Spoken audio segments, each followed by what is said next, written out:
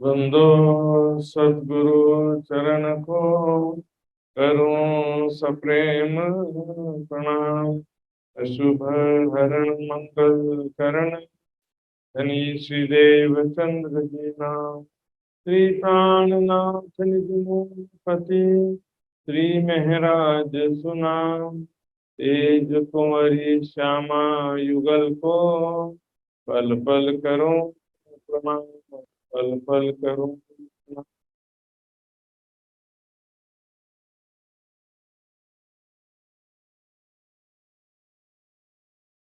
चर्चा प्रारंभ होत है, सुनो साथ चित दे। भजो राज श्यामा श्री प्राणनाथ, सखी जीवन हमारो। श्री महामति कहे साथ जी, भया चर्चा का बखत। अब तुम सुनियो चित दे, लाल आगे आए बैठे न तकत। लाल आगे आए बैठे न तकत। श्री महामत कहे, हे मोमिनो सुनियो ए अभी तक। अब आगे तुमको कहूँ, जो हुआ हुक्म हक। जो हुआ हुक्म हक, साथ सबे मिल बैठ के।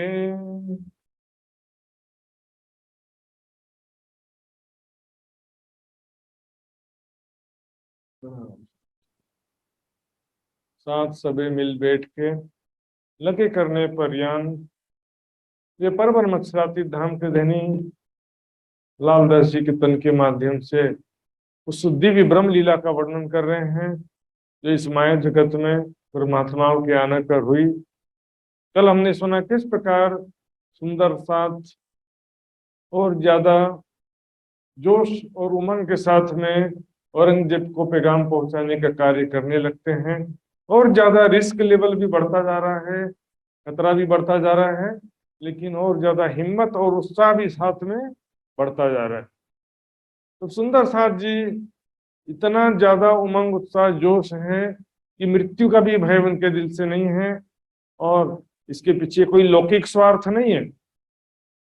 बस एक, जो धनी सिद्धेश चंद्र जी ने कहा था, सकुमार और शकुंडल की आत्म। यहाँ पर सकुमार की आत्म को जगाने का ये इसका फायदा भी बहुत है, तो उसको यहाँ पर प्रयास भी उसी हिसाब से बहुत ज्यादा प्रयास करना पड़ रहा है। सुंदर साथ जी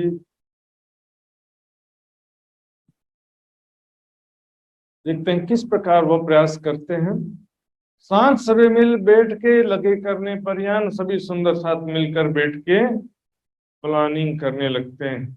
इस तरह की प्लानिंग करते हैं कि अब क्या करें, क्योंकि श्री जी तो एकांत स्थान में चले गए हैं।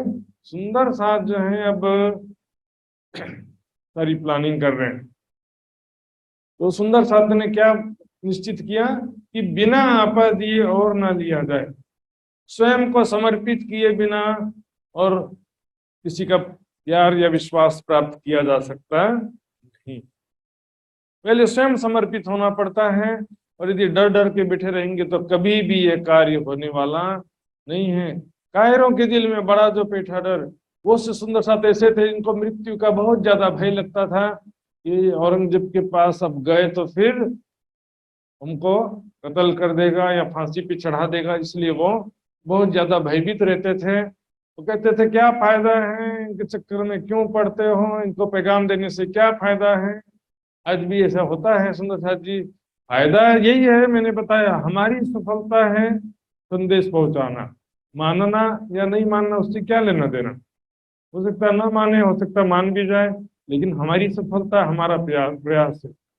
एक आशिक इन भांत के आगे धरे कदम, धाम धनी के ऐसे आशिक हैं कि धाम धनी की खुशी के लिए अपने तन मन जीवन को समर्पित करने के लिए आगे बढ़ चुके हैं। और पीछे खड़े रहने वाले सौंपी अपनी आत्म। बोले हम दिल से तो प्यार करते हैं, लेकिन दिल से करते हैं। बहुत सारे सुंदर साथ सभी करते हैं सेवा के मामले में। तो एक अलग बात है, लेकिन राज्य को जहाँ याद करने की बात आती है, बोलेंगे हम दिल से याद कर लेते हैं, दिल से याद कर लेते हैं, टीवी देखते हैं, घूमना फिरना, हंसी मजाक सब चीज करते हैं, लेकिन क्या कहते हैं कि हम दिल से राज्य को याद कर लेते हैं। तो उनका आश्चर्य की बात है कि इंसान जो है दिल एक ही तरफ लगता है एट ए टाइम, एक तरफ एक समय में दो जगह दिल नहीं लग सकता। मूवी देख रहे हैं, स्वादिष्ट भोजन खा रहे हैं, उस समय हमारा मन कहाँ रहता, खुद ही विचार करें। ये तो सिर्फ कहने की बात है। सुंदर साथ जी, सौंपी अपनी आत्म, लेकिन जितना करेंगे वैसा ही फल मिलेगा, याद रखना पड़ेगा। अभी कीर्तन गा रहे थे ना, छिपे होते दुनिया में ने सो निकस आए बाहर, तो पीछे खड़े रहने वाले छिपे रहेंगे, वो कभी दुनिया के सामने अपनी महिमा में प्रकट नहीं हो पाएंगे। तो इसमें नाम आते हैं सुंदर साथ जी। सबसे पहले नाम है लक्ष्मण सेठ।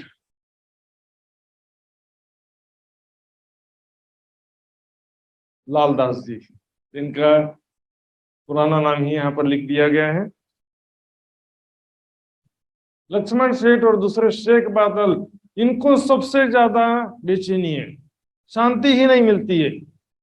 चलो अभी चलते हैं पैगाम पहुंचाने के लिए, क्यों देरी कर रहे हो, किससे डर रहे हो, शिताब करे पहुंचावने इनको न परिकल, शांति ही नहीं मिलता मन में, जल्दी से अपने अपने आप को फिदा कर देना चाहते हैं, कुर्बान हो जाना चाहते हैं। दूसरे थे मुल्ला कायम, हालांकि इनको रखा था पैसों पर, नौकरी के लिए रखा था, लेकिन फिर भी उन्होंने प्राणनाथ जी की पहचान की और समर्पित हुए। भीम भाई रहे सूरत के महाजर, सूरत के महाजर यानी मुहाजिर, सूरत से जो सुंदर साथ साथ चले थे प्राणनाथ जी के साथ में, उनको मुहाजिर कहते हैं। तो उसमें से एक थे भीम भाई, भीम भट्ट, वेदांत के इतने बड़े विद्वान थे, अपना तन मन जीवन प्राणनाथ जी के चरणों में समर्पित कर दिया।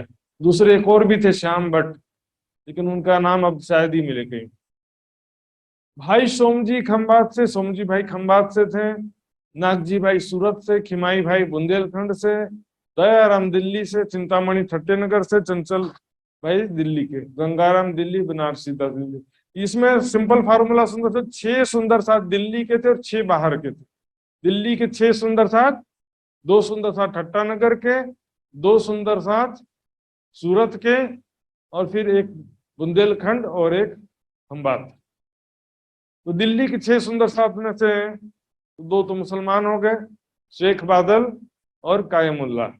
बाकी 4 सुंदर साथ हैं, दयाराम, गंगाराम, बनारसी दास, चंचल भाई। उसके अलावा 2 सूरत के, नागजी भाई और भीम भट्ट, भीम भाई।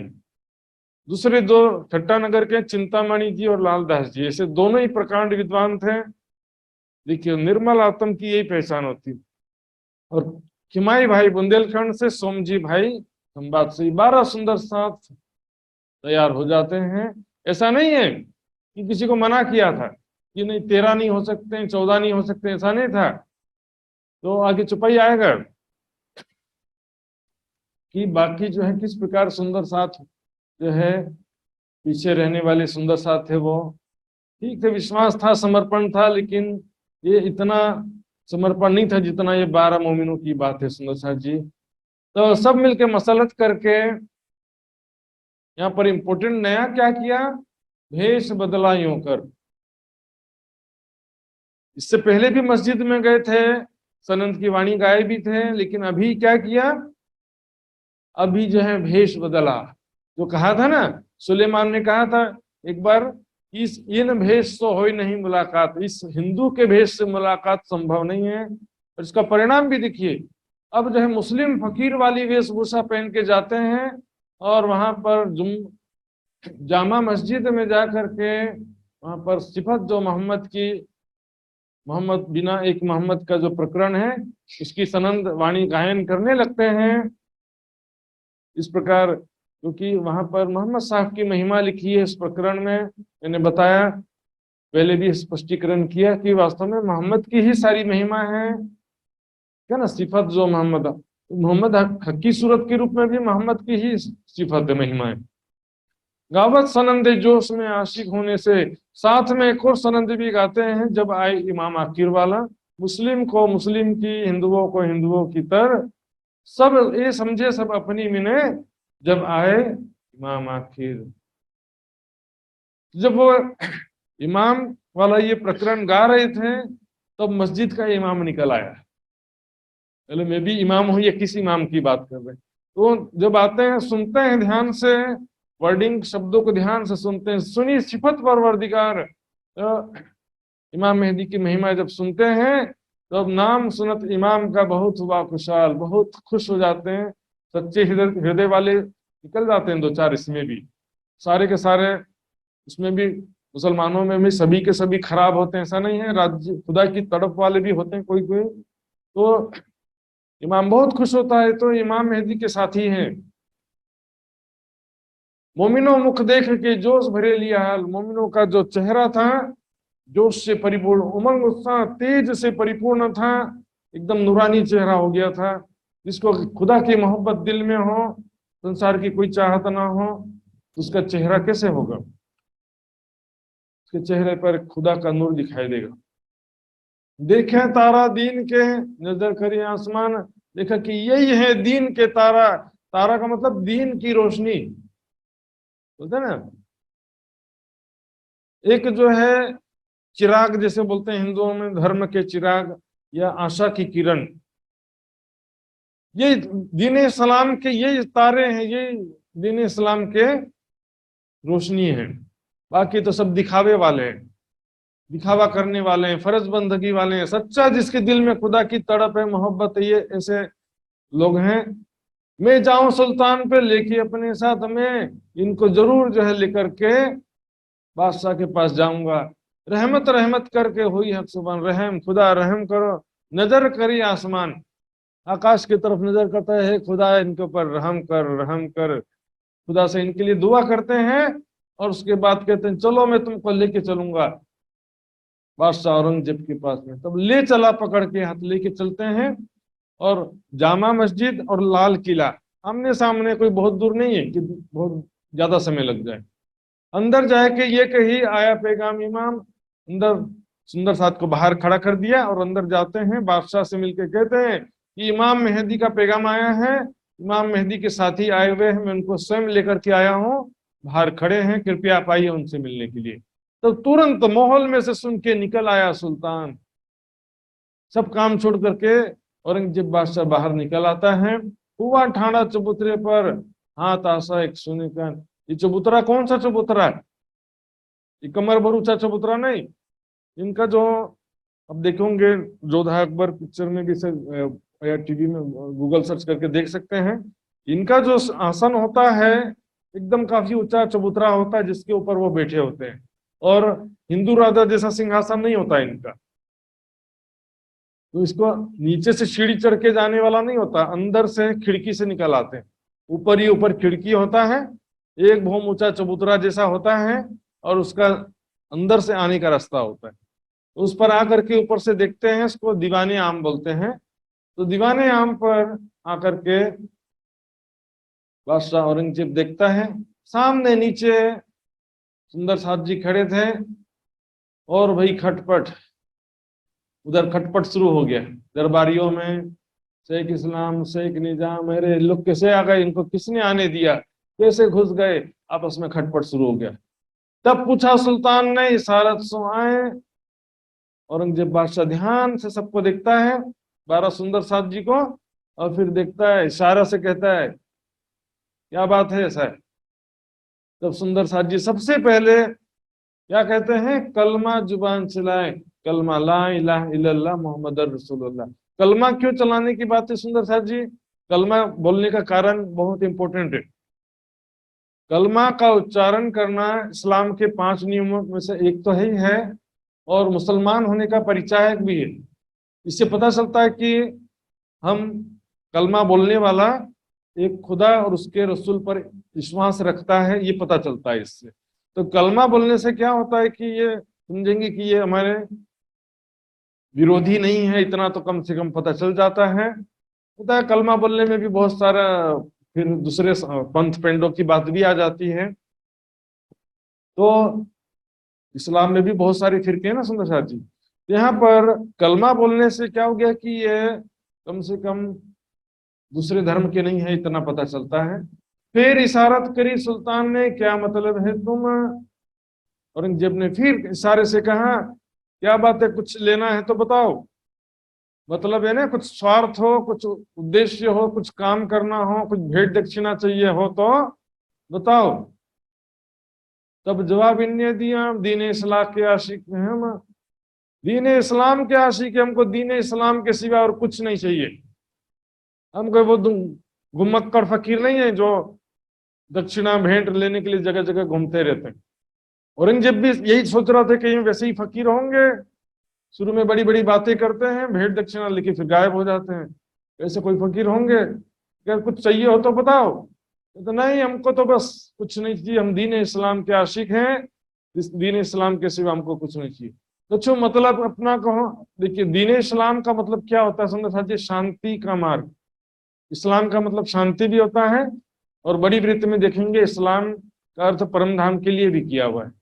तो लेकिन यहाँ पर एक जाहिर इस्लाम है जो संसार में प्रचलित है, और एक है दीन इस्लाम हकीकी, सत्य ज्ञान से युक्त शांति का मार्ग। मैंने कल ही बताया था सुंदर साथ जी, हम सारी दुनिया एक दिन हो जाएगी, लेकिन उस एक दिन का नाम क्या होगा?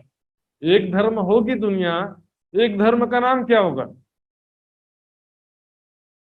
दीन इस्लाम, जो अपने अपने धर्म के हिसाब से ही मानेंगे सब।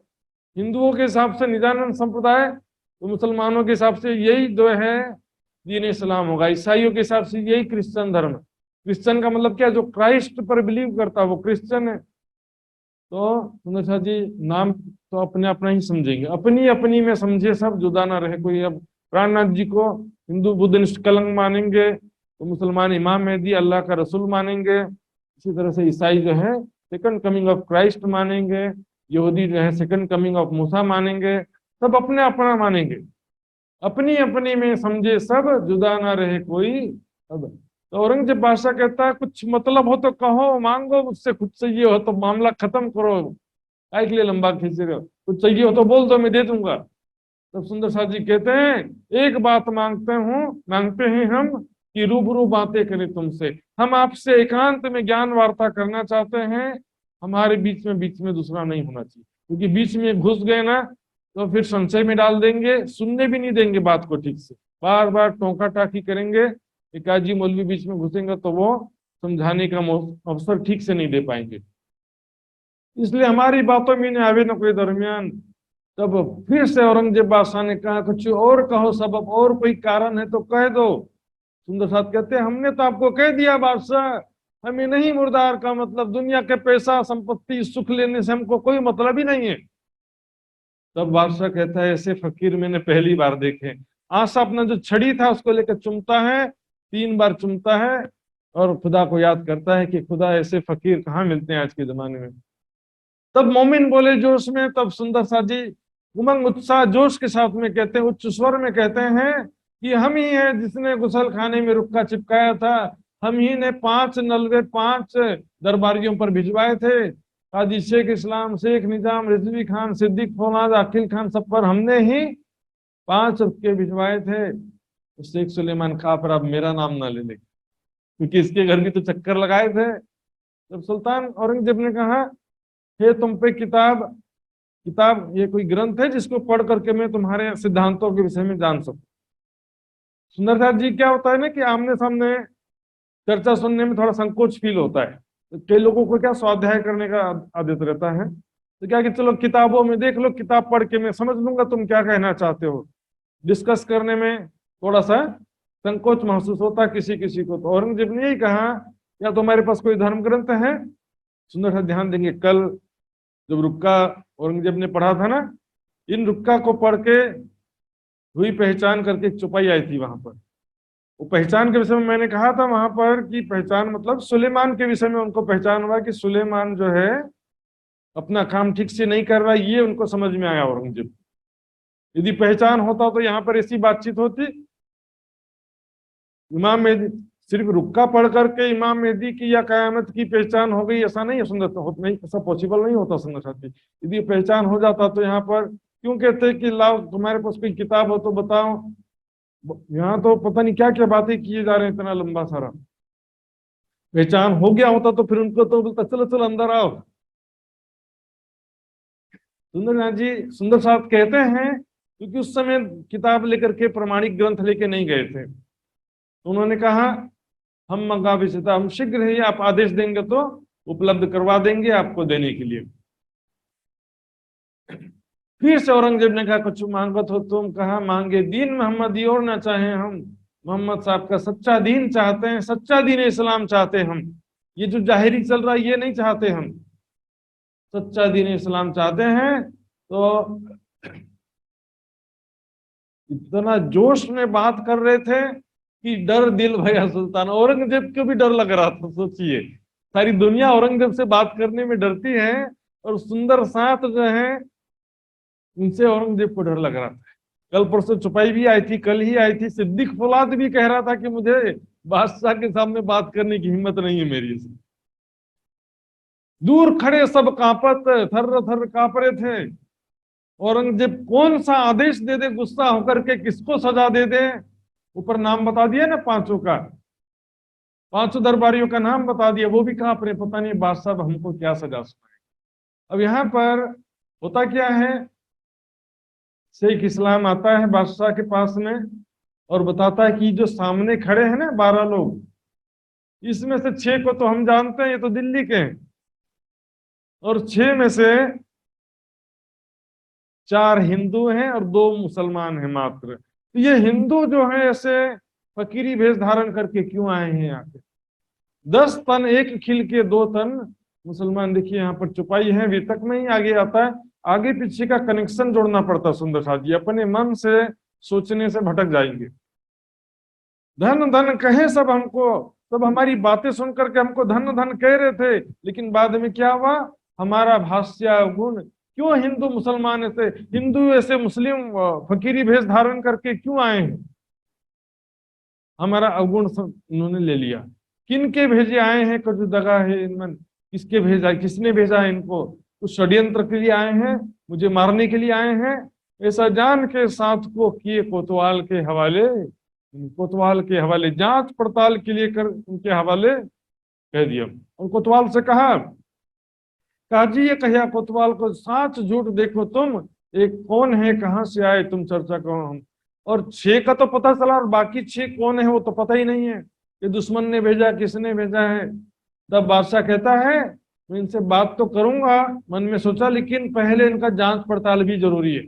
अकेले में ये 12 और मैं अकेले बैठ के बात करना खतरा है। तो मुसलमानों में देखिए जितने बादशाह होते हैं ज्यादातर षड्यंत्र करते ही है, तो उनके दिमाग में ऐसा लगता है कि हमारे साथ कोई षड्यंत्र ना कर दे, तो इशारत करी घर पहुंचाओ फौलाद खान, सिद्दीक फौलाद के पास इनको पहुंचा दो। लेकिन औरंगजेब का यहाँ पर गलत विचार नहीं था, इनको प्रताड़ित करो ऐसा विचार भी नहीं था, लेकिन जांच पड़ताल के उद्देश्य से, ये कौन है, कहाँ से आए, पहले जांच पड़ताल कर लो, सेफ सुरक्षित है कि नहीं इनसे बातचीत करना, उसके बाद में इनसे बातचीत अवश्य करूंगा। इसके मन में ऐसी भावना थी औरंगजेब के दिल में। लेकिन अब कोतवाल, शेख इस्लाम, इनको कौन समझाएगा, ये तो लगे हुए थे, मौके की तलाश में थे, और मिल गया उनको मौका।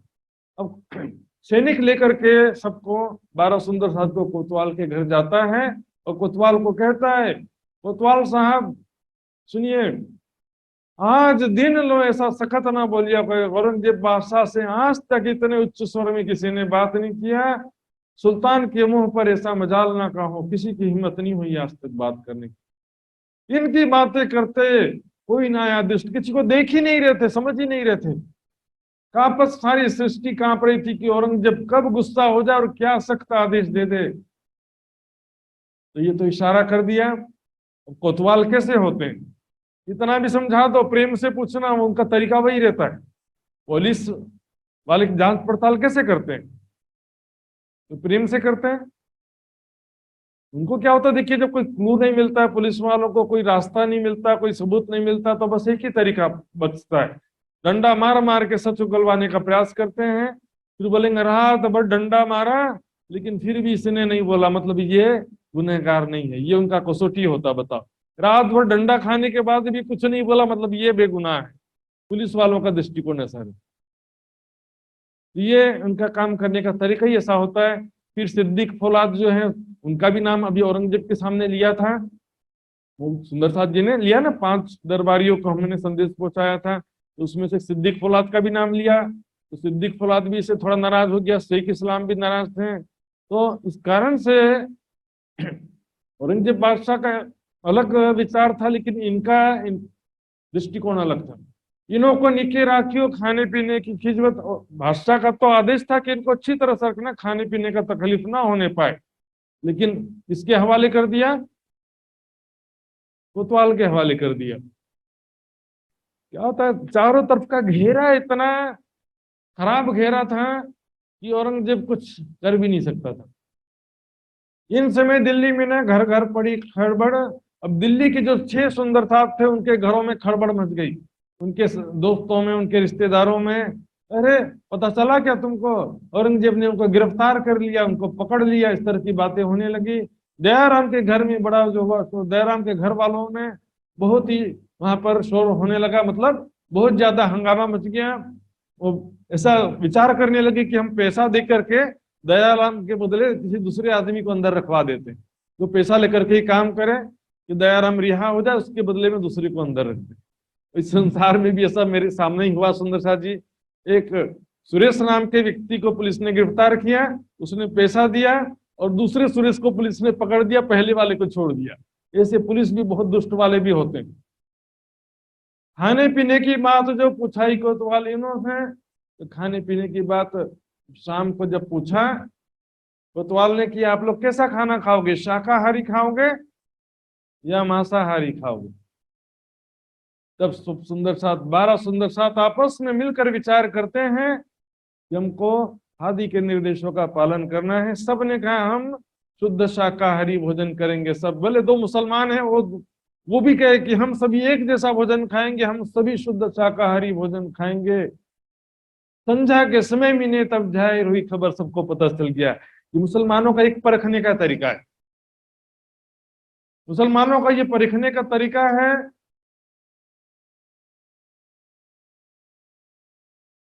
मांस खाता है कि नहीं खाता। मांस नहीं खाता तो बोले पूरा मुसलमान अभी नहीं बना है, आधा मुसलमान। नॉनवेज खाएगा तब पता चलेगा कि ये मुसलमान बन गया।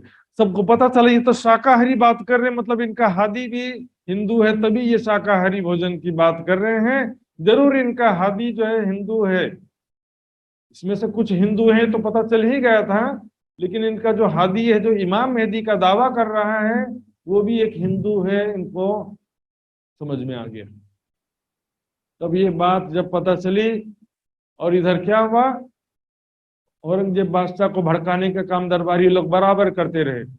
और फिर उन्हें सुल्तान को शक लिया, बीच में उनको संदेह शक के घेरे में डालते रहे। तुमको ऐसा ना चाहिए जो रूबरू बातें सुनो कान, ऐसा नहीं चाहिए। वो दुश्मन हो सकते हैं, एकांत में उनसे बातें करो, आपकी सुरक्षा के लिए बिल्कुल उचित नहीं है। क्या जाने किसी फंद पर भेजे हुए दुश्मन, पता नहीं किसी षड्यंत्र के तहत भेजा गया हो, दुश्मन के द्वारा भेजा गया हो इनको। हम किस लिए आपके गुलाम, हमको आदेश दो, हम इनसे बात करेंगे, और जो कुछ देखा सुनेंगे तो आपको बता देंगे क्या कहना चाहते हैं। क्या हम पे भरोसा नहीं है क्या? जो शाहजहां के अमल में कोई ऐसा ले आवे तूफान, तो तभी मारे गर्दन। शाहजहां के समय में, उनके पिता शाहजहां थे, तो शाहजहां के शासन काल में यदि इस तरह से कोई हंगामा मचाता था तो तब ही मारे गर्दन। बात ना सुने का, इतना नहीं सुनते थे कभी वो। आप इतना सारा सुन लिए, आपकी जगह आपके पिता होते तो कब का इनको मार दिया गया। और औरंगजेब के दिल में इमाम मेहदी से मिलने की इच्छा थी। परमधाम का अंकुर का कुछ तो प्रभाव होगा ना, लेकिन इसलिए चुगली तो नहीं सुना, बात करने की इच्छा तो दिल में बनी रही, लेकिन जांच पड़ताल के लिए भेज दिया किसको? पाजी का पाजी भेज के हकीकत पूछी मोमिन। धूर्त से भी महाधूर्त आदमी को उसने भेजा, पता करो क्या जांच पड़ताल हुआ, वो कौन है, कहां से है, जांच करने में दिया था ना, जांच करने के लिए कोतवाल को बोला था। अब गुप्तचर को जो भेजा वो भी ऐसे पाजी का पाजी, धूर्त से भी महाधूर्त निकले सारे। मिली भगत है, शेख इस्लाम, सिद्दीक फौलाद, सारे दरबारी सब मिले हुए एक दूसरे। एक को निकाला, दूसरा उससे भी महाधूर्त निकला। सुलेमान को निकाला, अब्दुल्ला आया, वो भी महाधूर्त निकला। पाजी का पाजी भेज के हकीकत पूछी मोमिन। अब वो गुप्तचर और कोतवाल मिल करके यहाँ समझ गए इनका हादी कोई हिंदू है, तो कहाँ है तुम्हारा हादी? तुम्हारा हादी कहाँ पर रहता है? बताओ, तुम्हारा जो इमाम मेहदी का दावा करता है वो फकीर कहाँ पर है? रात भर ये पूछने के लिए प्रताड़ित करते रहे, जवाब दो कहाँ है तुम्हारा दीनी, तो और पड़ेगी। शिराज के ठोर को किया ना खबरदार, प्राणनाथ जी के ठिकाना सुंदर साथ जी ने नहीं बताए। कितना ही कोड़े हंटर और डंडे खाए, लेकिन ठिकाना नहीं बताया। लालदास जी ने भी यहाँ पर स्पष्ट रूप से पूरा नहीं लिखा, लेकिन संकेतों में यहाँ बता दिया, क्योंकि ये बात जो है कहने की नहीं, समझने की। आगे स्पष्ट हो जाएगा सुंदर साथ जी। सुंदर साथ जी ने प्राणनाथ जी का ठिकाना नहीं बताया। और सुबह देखिए, अगले दिन सुबह जब शेख इस्लाम आता है मिलने के लिए, सुंदर साथ जी कहते हैं, शेख इस्लाम आप इतने बड़े आलिम फाजिल हो, काजी हो, हमारे प्रश्न का जवाब दो। क्या हमारे पैगंबर ने, मोहम्मद साहब ने यही तुमको आदेश दिया है कि जो मोहम्मद पर और कुरान पर ईमान लाता हो, खुदा पर ईमान लाता हो, उसको दीजिए कसाला गुम? सुंदर साथ जी, कसाला गुम, गुम कसाला या गुम चोट किसे कहते हैं? पुलिस वाले कैसे मारते मालूम? जो बाहर से दिखाई ना दे, हड्डी टूट जाए, ऐसा नहीं मारते। तलवे पे मारेंगे, ऐसे जगह पे मारेंगे जिससे चोट बहुत लगेगी, तकलीफ बहुत होगा, लेकिन बाहर से बोलेंगे कुछ थोड़ी हुआ है, गुम चोट बोलते हैं। क्या कुरान हदीस में यही लिखा है कि जो खुदा और उसके पैगंबर रसूल पर ईमान लाए उसको प्रताड़ित किया जाए? तापर कसाला पहुंचे तो सुनो कलमा कान, हमने तो कलमा भी अपने मुख से कह दिया, आपने सुना भी कि हम मोहम्मद पर, खुदा पर ईमान लाए हैं। सुन के काजी रोने लगा, क्योंकि इतना इनको प्रताड़ित किया, और ये कहते कि हमारे मोहम्मद पर, रसूल पर और खुदा पर ईमान लाए हैं, और हमने इनको कितना कष्ट दिया, रो देता है। सुंदर शाह दीदी प्रताड़ित न किया होता तो क्यों रोएगा काजी, बताइए जब। गुम कसाला गुम भी आया। सुंदर साहब क्या करें, ध्यान से देखिए, हम न काहू का धन लिया, न किसी का धन चोरी किया, न किसी प्रकार का चरित्रहीनता का कार्य किया, चोरी भी हम ना करी, तो क्यों ऐसा किया? खार हमसे ऐसा क्या दुश्मनी निकाला आपने? हमने क्या गुनाह किया जो हमको इतना प्रताड़ित किया गया? ऐसे शब्द क्यों कह रहे हैं जब कुछ हुआ ही नहीं? तो हम ना सोहबत करें सुल्तान की, न जाएं उनके घर, हम औरंगजेब की सोबत, आपकी इच्छा नहीं है तो औरंगजेब से हम नहीं मिलेंगे। सुंदर साथ विवश हो गए। इतना प्रताड़ित होने के बाद सुंदर साथ जी, हम हमारा क्या हालत हो, हम तो थोड़े से में घबरा जाते हैं। विवश हो गए, मजबूर हो गए। आप नहीं चाहते तो ठीक है, हम औरंगजेब से नहीं मिलेंगे, उसके घर भी नहीं जाएंगे, हम रहेंगे तुम पे, तुम्हारे साथ रहेंगे, और सुनो तुम खबर, आपको हम ज्ञान वार्ता सुनाएंगे। सुंदर शाह जी विचार करने की बात है, क्यों इतना विवश हो गए? अभी तो कह रहे थे कि अकेले में बात करना है, अब कुछ वही नहीं। कोई बोलता मेहमान खाने में रखा था, रोज का 100 रुपया खर्चा भी देते थे, तो फिर एंजॉय करो, रोज का 100 रुपया खर्चा मिल रहा है। तो उस जमाने में सुंदर शाह जी 100 रुपया कितनी बड़ी चीज होती थी। 100 रुपये मिलेगा तो इसी बात कहेंगे सुंदर शाह जी रोज का। तब आगे चुपाई भी आती है इसमें बहुत सारे। यहाँ पर देखेंगे क्या लिखा है अगले प्रकरण में, जैसा मारना पैगंबर तैसा तिनके दोस्त। पैगंबरों को मारने में जो गुनाह लगता है, उनके दोस्तों को मारने, यानी उनके साथियों को मारना भी, या प्रताड़ित करना या दुखी करना, उतना ही बड़ा गुनाह है। बंदगी खुदा और इनके बीच नहीं तफावत, खुदा की बंदगी और मोमिनों की सिवा एक समान है, तो खुदा, मोमिनों को दुख पहुंचाना और खुदा को दुख पहुंचाना भी एक समान। यदि प्रताड़ित नहीं होता तो जैसा मारना पैगंबर, इसका उदाहरण क्यों दे रहे हैं? तैसा तिनके दोस्त, प्राणनाथ जी को दुखी करना और उनके साथियों को दुखी करना एक बराबर। तब काजी उनसे इन्ना इंजलना सूरत की, जिसे में सूरह कद्र की प्रथम आयत है, जो इन्ना इंजलना हो फी लैलतुल कद्र का अर्थ पूछते हैं, अभी तक में कई बार आ चुका है। तब वो संतुष्ट होता है कि हाँ ये तो सही बता रहे हैं, गलत अर्थ बताते नहीं है। शब कद्र क्या है, 1000 महीने से बेहतर है, उसमें फरिश्ते और रूहें अपने रब के हुक्म से उतरते हैं। तब सुल्तान से, औरंगजेब से जाकर के शेख इस्लाम निवेदन करता, अर्जी करता है कि हे बादशाह, इन्हों की खिदमत मैं करूं, वो 12 सुंदर साथ की मैं खिदमत मैं करना चाहता हूं, उसे अपने घर पर मैं ले जाना चाहता हूं, सुनो मेरी गरज, इसमें मेरी गरज है, केवल उनका सेवा की बात नहीं, मैं अपनी गरज से उनको अपने पास में ले जाना चाहता हूं। और वो भी मुझसे बात करने के लिए तैयार हो गए हैं, मुझसे ज्ञान वार्ता करने के लिए तैयार हो गए। तभी जी हुक्म वाले जाओ अपने पास। औरंगजेब बादशाह भी बड़ा टेंशन में था, क्या करूं सोचने में। एक तो बात करना चाहता था, एक तो सारे दरबारी और उनके जासूस और गुप्तचर सब जो है पाजी के पाजी दुष्ट हैं, सभी विरोध में हो जाते थे, औरंगजेब बादशाह के विरोध में हो जाएंगे, इस बात का भी डर था। तो बहुत टेंशन में था, क्या करूं मैं, कैसे इनसे मिलूं, कैसे बात करूं।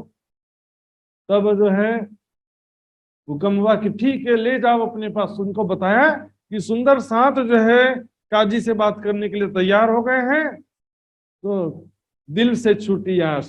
अभी जो टेंशन में थे कि मैं इनसे बात करूं, करना पड़ेगा, मुझे करना है बात, अब ये पता चला कि सुंदर साथ तैयार हो गए, 12 मोमिन तैयार हो गए हैं शेख इस्लाम से बात करने के लिए, और बादशाह से बात करने की जिद छोड़ दिया है सुंदर साथ ने। ऐसा पता चला तो औरंगजेब बादशाह ने भी अपने दिल से आशा छोड़ दिया। जो हुआ अच्छा हुआ, ठीक है, ले जाओ अपने घर पे। उनका भार हल्का हुआ दिल पे, वो बहुत टेंशन में थे, मैं कैसे बात करूं, दिल से छूटी आस। इस प्रकार यहाँ से सुंदर साथ से ज्ञान वार्ता की उम्मीद भी यहाँ छूट जाती है। लेकिन कहा इनको अच्छी तरह से मली दे, मेवो पकवान आकर के दो, और दलगीर ना होए, किसी प्रकार से दुखी ना होना चाहिए। अब काजी शेख इस्लाम के घर पर उनको ले जाते हैं, रहने को दई ठोर, और ऊपर क्या चौकी रहे सुल्तान की, नजर कैद जैसी स्थिति। ऐसा खुला नहीं था कि कहीं भी आ जा सकते हैं, बाहर पहरेदारी भी थी, बाद में पहरा भी उठ जाता है कुछ समय बाद, लेकिन फिलहाल पहरेदारी पे रखे थे। इस प्रकार वहां पर काजी के घर पर ज्ञान वार्ता शुरू होती है। एक दिन काजी के भाई के घर पर भी गए थे, तो वहां पर शेख बादल ने जोश से परिपूर्ण होकर के उनको धुतकार दिया, तुम क्या मुसलमान हो, तुमको क्या मालूम है, मैं भी तो मुसलमान हूँ, क्या के लिए झूठी बातें करते हो। जोश में कुछ कुछ कह दिया, डर करके भाग गया अपने घर पर घबरा करके काजी का भाई। फिर तीसरे दिन काजी ने फिर बुलाया अपने पास, और एक किताब हदीस की सुंदर साथ जी ने रखी थी, उसको सुंदर साथ जी ने दिखाया। कहते ये तो सारी तुम्हारी बात लिखी है, ये किताब मतलब तुमने खुद ही लिख दिया ऐसा लगता है। सुंदर साथ जी कहते हैं ये हदीस की किताब है, हमने उर्दू बाजार से खरीदी है पैसा दे करके, नहीं तो दुकान वाले से पूछ लो, अभी दुकान वाले वहीं पर है। क्या कहते ये तो सारी तुम्हारी बात लिखी हुई है, तुम्हारी हकीकत सब लिखी, ये तुमने एक किताब बनाई, तुम्हें किताब तुमने बना दिया ऐसा लगता है। मतलब वाणी का प्रमाण मिल रहा है, तो वो इसमें ऐसा ही होता सुंदर साथ जी। हदीस ऐसी चीज है, हदीसों के विषय में कोई बंधन नहीं होता है कि सभी लोग को मानना पड़ेगा। कोई बोलता है हम इस हदीस को नहीं मानते, कोई कहता हम इस हदीस को बस मानते हैं, कोई बोलेगा बुखारी के शरीफ को मानते हैं, कोई बोलेगा मिस्कात को मानते हैं, और कोई तिरजिमी शरीफ को मानते हैं, बोलेगा हम तीनों के अलावा चौथी को नहीं मानते हैं। और उसके अलावा 2500 किताबें हैं सुंदर साथ जी, मोटी मोटी इतनी बड़े बड़े किताबें हदीसों की, कोई हिसाब नहीं है उसका, लिमिटेशन नहीं है, अनलिमिटेड हदीसेस। जिसने सुना मोहम्मद साहब ने ऐसा कहा था, तो वो एक हदीस हो गई। तब सुंदर साथ जी से कहता है कि सुनाओ, पहले दिन आप क्या सुना रहे थे। तो पहले दिन जो 2 सनद सुनाई थी, बिना एक मोहम्मद की, और फिर नेक कहो दोजक की सनद वाणी से सुनाते, सनद की वाणी से। उसी समय वहां पर एक नागर जाति का हिंदू दरोगा, दरोगा मतलब बेतल माल, सार्वजनिक खजाने का जो अधिकारी था, वहां पर खड़ा था। एक हिंदू भी तो नौकरी करते थे ना, औरंगजेब के दरबार में सारे मुसलमान थोड़ी नौकरी करते थे, दरबार में भी और सेना में भी हिंदू नौकरी करते ही थे उसमें। तो यहाँ पर क्या हुआ, काजी और उनके साथी जो थे मुसलमान साथी, सब क्या टोंट कसने लगे, ताना मारते हैं इनको, ये देखो तुम्हारे हिंदू में से कितना ईमान ले आए हैं मोहम्मद साहब पर, तुम लोग समझते नहीं हो, इससे सीखो, कुछ सीखो। 12 मोमिन सुंदर साथी हिंदू होकर के मोहम्मद साहब पर ईमान ले आए हैं, ऐसा कहते हैं, तो उनको बड़ा गिल्टी फील होता है। दरोगा को, कहता कि मेरे को तो बड़ा शर्मिंदा कर दिया है, कैसे इन लोग मुसलमान बन गए और मुझे शर्मिंदा होना पड़ रहा है इनके कारण, जाने पेट हो जिमी में धरती फट जाए और मैं धरती में समा जाऊं, ऐसा उसको फील होने लगा। तो मैं कहा जी क्या कि दृष्टि ऐसी है, हम हिंदू हम मुसलमान, आत्मा कौन सी हिंदू है और कौन सी मुसलमान है। ब्राह्मण कहे हम उत्तम, मुसलमान कहे हम पाक, दो मुट्ठी एक ठोर की एक राख बुझी खाक। जलने के बाद में हिंदू का शरीर राख बन जाता है और मुसलमान का शरीर मिट्टी में मिलकर के मिट्टी मिल जाता है। निशा जी यहाँ पर जो भावना दोनों जगह है कि हम श्रेष्ठ हैं, हम हिंदू हैं, गर्व से कहो हम हिंदू हैं, बोलेगा गर्व से कहो हम मुसलमान हैं। नशा जी यानी जनों जैसी बात नहीं, ज्ञानियों जैसी बात नहीं है, ये समझदारी की बातें नहीं है। ज्ञानियों के लिए तो गीता में क्या लिखा है, ब्राह्मण में चंडाल में गाय और कुत्ते में जो एक समान चेतना को देखता है वही सच्चा ज्ञानी है। तो गाय और कुत्ते में भी एक समान आत्मा। अभी अमेरिका में जाएंगे तो वहां का राष्ट्रीय पशु कौन है, कुत्ता है। वहां पर राष्ट्रीय पशु कुत्ता है, वहां पर इंडिया में तो गाय को भी राष्ट्रीय पशु नहीं माना गया फिलहाल। वो भागा इन भाव से जानो पेटो जी में, इस प्रकार वहां से जाता है। तब वहां पर फिर जाने के बाद फिर से ज्ञान वार्ता शुरू करते हैं। आप लोग किस प्रकार कहते हो कि कयामत का समय आ गया है, 10वीं 11वीं 12वीं सदी में कयामत किस प्रकार कहाँ लिखा, किस आधार पर आप सब कहते हैं। ज्ञान वार्ता करते करते बताते हैं कि वो जो कहा कल की रोज की कयामत एक दिन और एक रात व्यतीत होगा तो 11वीं सदी में कयामत होगा। फिर कल मैंने बताया था ना, याजुज माजुज की फौज 4 लाख है, उनको 365 से डिवाइड करेंगे तो 11वीं सदी 1095 ईयर्स होते हैं, 1095 साल 11वीं सदी का संकेत है। वो भी ऐसे बहुत सारे संकेत हैं। 13वीं में सदी में सब मायने साबित होंगे। सारे जो भविष्यवाणियां हैं कयामत की सारी निशानियां 13वीं सदी तक सब प्रत्यक्ष हो जाएंगी। अनुषा जी यहाँ पर कच्छुक रखी रात खींच के, इसीलिए होता है अभी थोड़ा सा लंबे समय हो गया है तो कच्छुक रखी रात खींच के कारण तो सब एक दूसरे को देखने लगते हैं कि बातें हम गलत कैसे कह सकते हैं, बात तो सही कह रहे हैं। सब एक दूसरे को देखते हैं, हाँ बात में तो इनकी दम है, सच्चाई है। तब उसके उसमें से एक शख्स ने सवाल किया, आप सभी इतने दिन से दीन इस्लाम में आ गए हो, ऐसा कहते हो, मोहम्मद पर खुदा पर ईमान लिया हो ऐसा कहते हो, तो क्यों ना करी नमाज, नमाज क्यों नहीं पढ़ते हो आप लोग, हम तो कभी भी आपका नमाज पढ़ते नहीं देखे। तो क्या कि जो शरीयत की नमाज है उसको नमाज समझ ले। खुदा कुरान में क्या लिखा है सुंदर साहब जी, दिन के दोनों सिरों पर खुदा को याद करो। नमाज पढ़ने का जो प्रोसीजर अभी फिलहाल जो है मुसलमान भाई नमाज पढ़ते हैं, इसमें भी उनके ही फिरकों में बहुत वेरिएशन है, लेकिन ये कुरान में कहीं भी नहीं लिखा है कि कितने बार ये मंत्र पढ़ो, कितने बार वो मंत्र पढ़ो, कितने बार नीचे झुको ऊपर झुको दाएं देखो बाएं देखो, ऐसा कुरान में कहीं भी नहीं लिखा। ये तो दूसरे ग्रंथों से या दूसरे उनके जो इमाम हुए हैं धर्म गुरु हुए हैं उन्होंने सब परंपरा बनाया है। इस कारण शियाओं का भी नमाज पढ़ने का तरीका और सुन्नियों का नमाज पढ़ने का तरीका भी थोड़ा थोड़ा डिफरेंट रहता है, क्योंकि इसमें कुरान में जब लिखा नहीं है तो डिफरेंट तो होगा ना, मतभेद होता ही है। यदि लिखा होता वहां तो दिल की बंदगी ज्यादातर लिखी है, सच्चे दिल से खुदा को याद करो, नमाज की पाबंदी रखो, कि नमाज तुम्हें बुराइयों से बचाती है। लेकिन नमाज का तरीका क्या है, नमाज मतलब खुदा का ध्यान करना ही तो नमाज है। तो सुंदर साथ जवाब देते हैं कि हमारी नमाज कजा नहीं होती, अर्थात हमारी नमाज हमें नमाज का नुकसान नहीं होता है, नमाज नहीं पढ़ते हैं तो भी हमको नमाज का नुकसान नहीं होता है, क्योंकि हम दुनिया के वास्ते कोई भी काम नहीं करते, लौकिक व्यक्तिगत पारिवारिक संसारिक स्वार्थ के लिए कोई भी कार्य करते, आसक्तिपूर्ण संसारिक आसक्तिपूर्ण आप कार्य कर रहे हो, पत्नी बच्चे परिवार क्यों आप 1000 लाख रुपए का सामान ला करके दे दो, क्या इसको कोई पुण्य कहता? कभी सुना आपने कि बच्चे को इसने सेवा किया तो एक पुण्य किया? क्योंकि मोह के वशीभूत होकर और आसक्ति के वशीभूत होकर के जो कार्य करते हैं उसमें कुछ भी नहीं मिलता है। कह रहे हम दुनिया के वास्ते कोई काम करते ही नहीं है, हम तो जो है मात्र वास्ते दीन इस्लाम के काम करे परवरदिगार, दीन इस्लाम के वास्ते हर पल उसी में हमारा ध्यान और शरीर दोनों उसी में लगा रहता है। क्योंकि देखेंगे यदि मेरी इच्छा है टीवी देखने की और मैं यहाँ चर्चा के सामने बैठा हूँ तो क्या होगा, मेरा ध्यान लगा रहेगा टीवी में, आज मूवी आज देखना था, क्रिकेट में आने वाला था, ध्यान वहीं लगा रहेगा। कल कितना मजा आया था स्वादिष्ट भोजन खाने में और मिलने जुलने में, बड़ा मजा आया। तो वही सांसारिक जो यादें हैं, मायावी चित्त के संस्कार में मायावी बातें याद आती रहती। लेकिन यदि दिल में वैराग्य है, राज्य के सिवा कोई चाहना नहीं है, संसार अग्नि के समान लगता है, राज्य का ही हर पल, तो हमारे मन क्या स्वाभाविक रूप से संसार की तरफ जाएगा ही नहीं और राज्य के चरणों में हर पल लगा रहेगा। इसलिए कह रहे हैं शारीरिक रूप से भी राज्य का ही कार्य करते हैं और मानसिक रूप से भी राज्य के सिवा कोई चाहना नहीं है, तो इनका दिल कहाँ लगा रहता है? राज्य के चरणों में लगा रहता है। बैठे उठे चले बातें करें सो सब निमाज ही जान। और यहाँ तो सुंदर साथ कई होते, बोले टीवी भी देख रहे हैं, खाना स्वादिष्ट पिज्जा बर्गर भी मंगा करके जोमेटो से ये वो खाते रहो, मूवी भी देखो, बोलते हम तो दिल से राज्य को याद करते हैं। दिल से ही खाना बना के खा लेते तो कितना अच्छा रहता, घर में फिर टेंशन फ्री हो जाते। सुबह खाना बनाओ, दोपहर खाना बनाओ, शाम को खाना बनाओ, बेचारे घर वाले खाना बना बना के थक जाते हैं।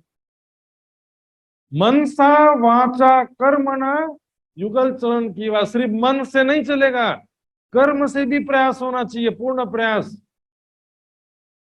कर्म से भी युगल चरण की चाहना है राज्य के चरणों की, तो फिर न चितवनी करना, न वाणी पढ़ना, न सुंदर साथ की सेवा करना, बोले हम राज्य को चाहते हैं। बैठे उठे चले बातें करे सो सब निमाज ही जानी। किस स्थिति की बात है, उस स्थिति में पहुंचना होगा तब आप कह सकते हो, इस स्थिति में पहुंचे बिना नहीं कह सकते। वैराग्य, संसार अग्नि के समान लगता हो और एक राज्य के सिवा दिल में कोई तड़प ना हो, तब वो स्वाभाविक स्थिति आती है। तब वहां पर शहर काजी मुसलमान आपस को देखते हैं, इनका जवाब दो, गलत सिद्ध करो इनको। बोले मोह वायरे मुख सबका बंद रहा, कोई जवाब नहीं दे सका। इस प्रकार फिर तीसरे दिन फिर से उनको बुलाए और कहा कि इमाम के मिलाप की सनंद मुझे सुनाओ। तब वो सनंद सुनाते, मिलाप हुआ मेहंदी सो तब कहा महामती नाम। तो कह देते अब जो है रखो किताब। सुंदर जी यहाँ पर देखेंगे, पहले इसी में 3 प्रकार की छुपाई है वाणी में ही। एक जगह लिखा है मिलाप हुआ मेहंदी सो, फिर एक जगह लिखा है मिलाप हुआ इमाम के मिलाप की, फिर एक जगह लिखा है मिलाप हुआ पीयूं सो। तो यहाँ पर तीनों का मतलब है कि अलग अलग नहीं है। 5 शक्तियां आई तब तो महामती नाम हुआ ना। मेहंदी से मतलब राज्य की शक्ति से है, 5 शक्ति या राज्य की आवेश शक्ति, 5 शक्तियां जब हृदय में आती हैं तब महामती की शोभा होती है। इसलिए शब्द में नहीं उलझना, शब्द क्या होते हैं अलग अलग जगह में। मेहंदी का अर्थ जैसे मैंने बताया था यहाँ पर, इमाम क्या है कि पूर्ण शोभा का नाम है। सिर्फ मेहंदी लेंगे तो क्या होता है, परम धाम का ज्ञान से युक्त शोभा। यहाँ पर सब है, पीयू भी है, मेहंदी है, इमाम तो क्या है, इमाम भी है। इमाम का मतलब क्या है कि वेद कतेब परम धाम सभी का जो मिश्रित स्वरूप है, मिश्रित ज्ञान स्वरूप है, उसको कहते हैं इमाम। मोहम्मद आए ईसा मिने तब अहमद हुआ श्याम, अहमद मिल गया मेहंदी मिने, ये तीनों मिल हुए इमाम।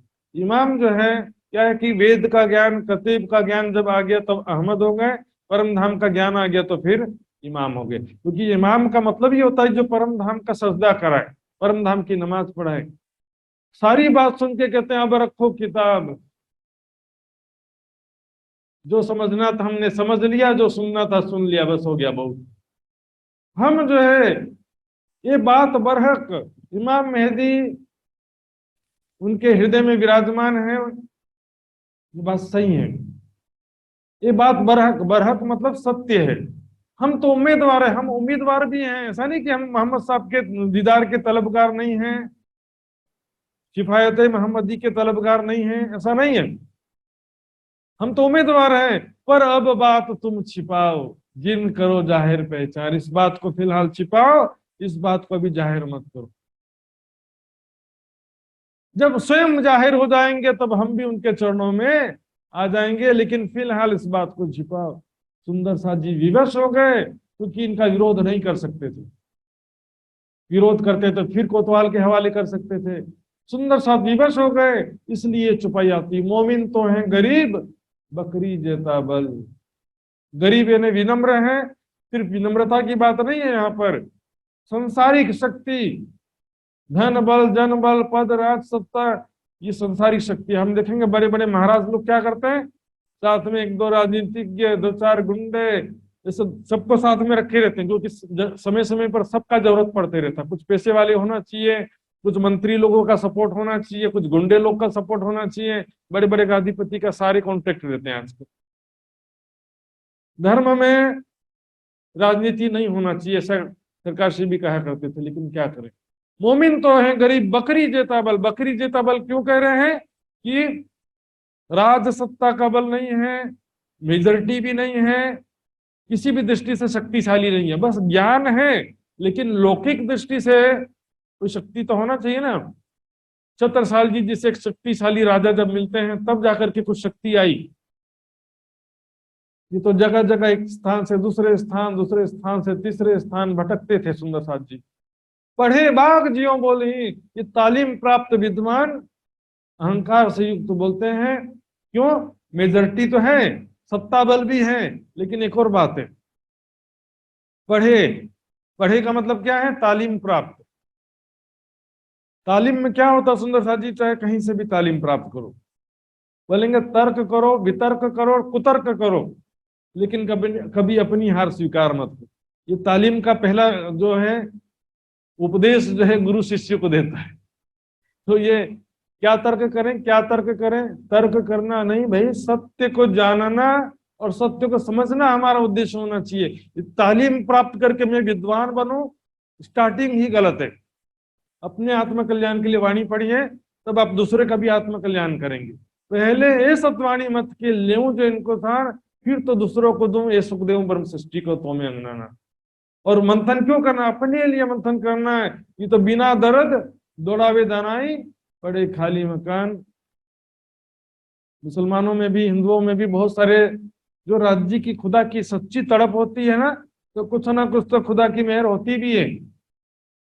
कुरान में लिखा है धर्म के विषय में जबरदस्ती नहीं है, लेकिन क्या करें, यहाँ पर दबाव में सुंदर साथ को एक बार पुनः विवश होना पड़ा और शांत होना पड़ा। यहाँ पर पहले तो औरंगजेब से बातचीत करने का जिद छोड़ा, अब यहाँ पर जाहिर मत करो। बोले क्या करें, अब जाहिर जिद करेंगे तो फिर सारा पावर इनके हाथ में है। मुलाकात सुल्तान की सुनी श्रीराज ने जब, अब यहाँ पर कांजी भाई पहुंचते हैं उसी दिन जब कोतवाल के यहाँ पर थे सुंदर साथ जी। कोतवाल के यहाँ पर जब प्रताड़ना की घटना हुई थी, उसी दिन कांजी भाई पहुंच गए थे। श्री प्राणनाथ जी को सारी जानकारी दिया। श्री प्राणनाथ जी क्या कहूं मैं अपने मुख से, सुंदर साथ पर इतनी प्रताड़ना, इतना कष्ट हुआ है, सुंदर साथ जी को मैं दुख नहीं कह सकता। बहुत श्री जी जब सुनते हैं बहुत गुस्से हुए, तुरंत इतना क्रोधित होते हैं प्राणनाथ जी, मेरे प्यारे सुंदर साथ जी पर इतना कष्ट ढाया उन्होंने, मैंने उनके कल्याण के लिए, उनके भले के लिए सुंदर साथ को भेजा था, भेजे इनो तिनको, मैंने उनके कल्याण के लिए भेजा था, दिया कसाला जोर। सुंदर साथ जी बेचारे कहते हैं प्रताड़ना नहीं हुआ है तो इतना गुस्से होने का कारण क्या था बताए? दिया कसाला जोर, जोर शब्द लगा रहे हैं कि बहुत ज्यादा प्रताड़ित किया, अब लिए कहाँ जाते हैं मारो इसी शोर, अब कहाँ बच के जाएंगे। कुरान में लिखा है कि खुदा के पहुंच से तुम भाग नहीं सकते हो, उसकी शक्ति से बच करके, सजा से बच करके भाग नहीं सकते हैं, इसी गुनाह से ये लोग मारे जाएंगे। और यही हुआ सुंदर सा जी, मुगल शासन धीरे धीरे समाप्त होता रहा, औरंगजेब अंतिम बादशाह हो गया मुगल शासन का। मैं भेजे मोमिन को दे अपना पैगाम, तो गुनाह बैठा इन पर कोई ना बचावे इनका। इस गुनाह से इनको कोई बचा नहीं सकता है, क्योंकि जैसा मारना पैगंबर तैसा तिनके दोस्त। मुझे मारा है, सुंदर साथ को मारा है मतलब मुझे मारा है उन्होंने। प्राणनाथ जी क्या कहते हैं, सुंदर साथ को, मेरे मोमिनों भाइयों सुंदर साथ को मारा, प्रताड़ित किया मतलब मुझे मारा है। एक गुनाह की सजा इस आधार पे मिलेगी कि मुझे मारा है। मैंने बाइबल का एक प्रसंग सुनाया था, न्याय के दिन एक बार ईसा मसीह जब न्याय करने बैठे हैं, ऐसा प्रसंग आता है बाइबल में। तो वहां पर एक व्यक्ति आया, उसका न्याय कर रहे थे। तो उससे पूछा तुमने, ईसा मसीह कहते तुमने मुझे पानी पिलाया, तुमने मुझे खाना खिलाया, तो जाओ परमेश्वर के राज्य में प्रवेश करो। तो आदमी कहता मैं तो आपको जानता ही नहीं है, मैंने आपको कभी देखा ही नहीं है, क्योंकि मैं आपके समय में था ही नहीं दुनिया में, आपके बाद हुआ था मैं। कहते हैं कि आपने, ईसा मसीह कहते तूने मेरे मेरे भाइयों को, मेरे साथियों को भोजन खिलाया, मतलब मुझे भोजन खिलाया, मेरे साथियों को पानी पिलाया, मतलब मुझे पानी पिलाया। अब इसका अपोजिट कर लो, जैसा मारना पैगंबर तैसा इनके दोस्त। जाहिर होशी जहान में आखिरत के समय में इनका गुनाह सारी दुनिया में जाहिर होगा और सारी दुनिया इनको लानत करेगी। तब इनको बहुत अफसोस होगा कि हमने ऐसा गुनाह क्यों कर दिया, हमसे सही में बहुत बड़ी गलती हो गई। पश्चाताप की अग्नि में सिर्फ जलना ऐसा मतलब गलती हो गया, सॉरी, इससे काम नहीं चलने वाला है। प्रायश्चित एक होता है, सब लोग सोचते हैं हाँ सॉरी बोल देंगे, पर पश्चाताप होगा बस छूट जाएंगे, इतना नॉट इजी। संसारिक दृष्टि से भी बहुत कष्ट उठाना पड़ता है। ये तो बड़ा क़यामतनामा में देख लीजिए, क्या लिखा बड़ा क़यामतनामा में,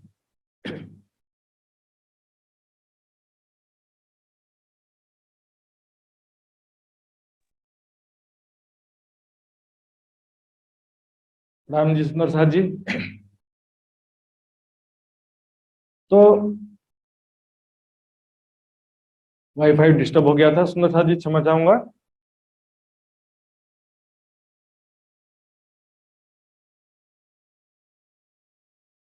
सबों की लानत इन्हों पर लिखी है अल्लाह का, सबकी लानत। सिर्फ पश्चाताप मात्र नहीं है, उस समय में लिखा है दोजक खजाना पहुंचे कुफरान, दुख पेदर पे जले अगिन, दूर दराज जानी थी आखिर, दुख लंबे हुए तीन कारण। लंबे समय तक दुख की अग्नि में जलना पड़ेगा सुंदर साहब जी। मोहम्मद से मुनकर हुए, इन्होंने छोड़ा दीन इस्लाम, मोहम्मद हकी सूरत से मुनकर हो गए, मुनकर ने उनकी बात को नहीं माना और ठुकरा दिया, इसे सच्चे दीन इस्लाम से ये बाहर हो गए। सुंदर साहब जी यहाँ पर अब एक जो मान्यता है उसके विषय में विचार करेंगे। जैसे कि बहुत सारी बातें क्या होती सुनी सुनाई चली आती है, तो सभी का स्पष्टीकरण करना जरूरी होता है। यहाँ पर कुछ सुंदर साहब कहते हैं, कुछ विद्वानों से मैंने सुना है, लेकिन इसका कोई प्रमाण मुझे कहीं पर भी नहीं मिला, किसी वितक में, मूल वितक में, वाणी में कहीं पर भी नहीं है कि जिब्रील को प्राणनाथ जी ने आदेश दे दिया कि संसार का प्रलय कर दो, लेकिन मूल सर्वराज जी ने रोक दिया। प्राणनाथ जी और राज जी में अंतर हो गया सुंदर साहब जी। प्राणनाथ जी किसे कहते हैं? प्राणनाथ जी भी तो राज्य का ही आवेश है, तो राज्य का आवेश और राज्य दो अलग अलग बातें कहेंगे। राज्य के आवेश ने फिर किसको आदेश दिया? राज्य के आवेश ने राज्य को जोश को आदेश दिया, तो राज्य का आवेश क्या समर्थवान नहीं है जो खुद ही प्रलय कर सकता है ना? आदेश आवेश जो है, राज्य का आवेश यदि अलग है, जोश अलग है, आवेश बड़ा है तो आवेश खुद ही प्रलय कर देता है ना। अच्छा जी, इस बातों का कोई आधार होता नहीं है, बातें इसमें पूरी वाणी में वितक में कहीं पर जिब्रील को आदेश दिया है ऐसा लिखा होता बता दो। जो उसकी शक्ति जो है उसको किसी ने कभी आदेश दिया हो तो राज्य के दिल के अनुसार जोश की शक्ति, राज्य कई स्वरूप है, जोश आवेश की शक्ति मैंने पहले चर्चा में स्पष्ट रूप से कई बार बताया है, कल भी बताया था। जोश आवेश केवल भाषा का अंतर, जिस प्रकार प्रेम, इश्क, ज्ञान, इलम, निस्बत, संबंध, पशु, जानवर पर्यायवाची शब्द है सुंदर साहब जी। यहाँ पर विचार करेंगे, ध्यान से समझेंगे तो ऐसा कोई घटना नहीं हुआ, क्योंकि इसके प्रमाण में सिर्फ एक ही चौपाई कही जाती है, कछुक रखी रात खींच के। तो सनंद की जो चुपाई है कछुक रखी रात खींच के 38वें प्रकरण के 66 नंबर की चुपाई है, और वहां पर ऐसा कोई प्रसंग ही नहीं है सुंदर साहब जी। वो तो सीधी सिंपल बात है कि खेल थोड़ा लंबा खींच दिया गया ऐसा कह रहे हैं, लेकिन यहाँ पर ऐसा कोई लंबा खींचने की बात नहीं है। यहाँ पर यहां से लंबा खींचा नहीं है, जो 12वीं 13वीं सदी की बात थी वहां से लंबा खींचा है। यहाँ पर प्रलय करने की बात नहीं थी सुंदर साहब जी। यहाँ पर तो बस इतनी बात थी कि इनको एक गुनाह की सजा मिलेगी, जो ऊपर की चौपाइयों में हमने देखा। राज्य को जब कोई कार्य करना होता है तो जो उसकी शक्ति दे देते हैं, जो उसकी शक्ति के द्वारा वो कार्य हो जाता है। कोई फरिश्ता थोड़ी, आदमी हो तो आदेश देना पड़ेगा ऐसा काम करो जाके। जो उसकी शक्ति, पहले ही बताया मैं, कोई स्वरूपधारी व्यक्ति या फरिश्ता तो है नहीं जिसको आदेश दिया जाए। अब क्या करें, दुनिया वालों ने भी जो ऐसा गुनाह किया है, काजी मौलवियों ने भी, जो लिखी लो महफूज, राज जी ने जैसा दिल में लिया था, जो ब्रह्म आत्माओं की परीक्षा लेने का यहाँ पर लिखा था, क्योंकि जितना संघर्ष है उतनी बड़ी सफलता का आनंद मिलता है। संघर्ष में क्या होता है, संघर्ष में ही सुंदर साथ जी सफलता का आनंद है। बिना मेहनत के बैठे बिठाए कोई 10,000 रुपए दे दे तो मजा नहीं आता है।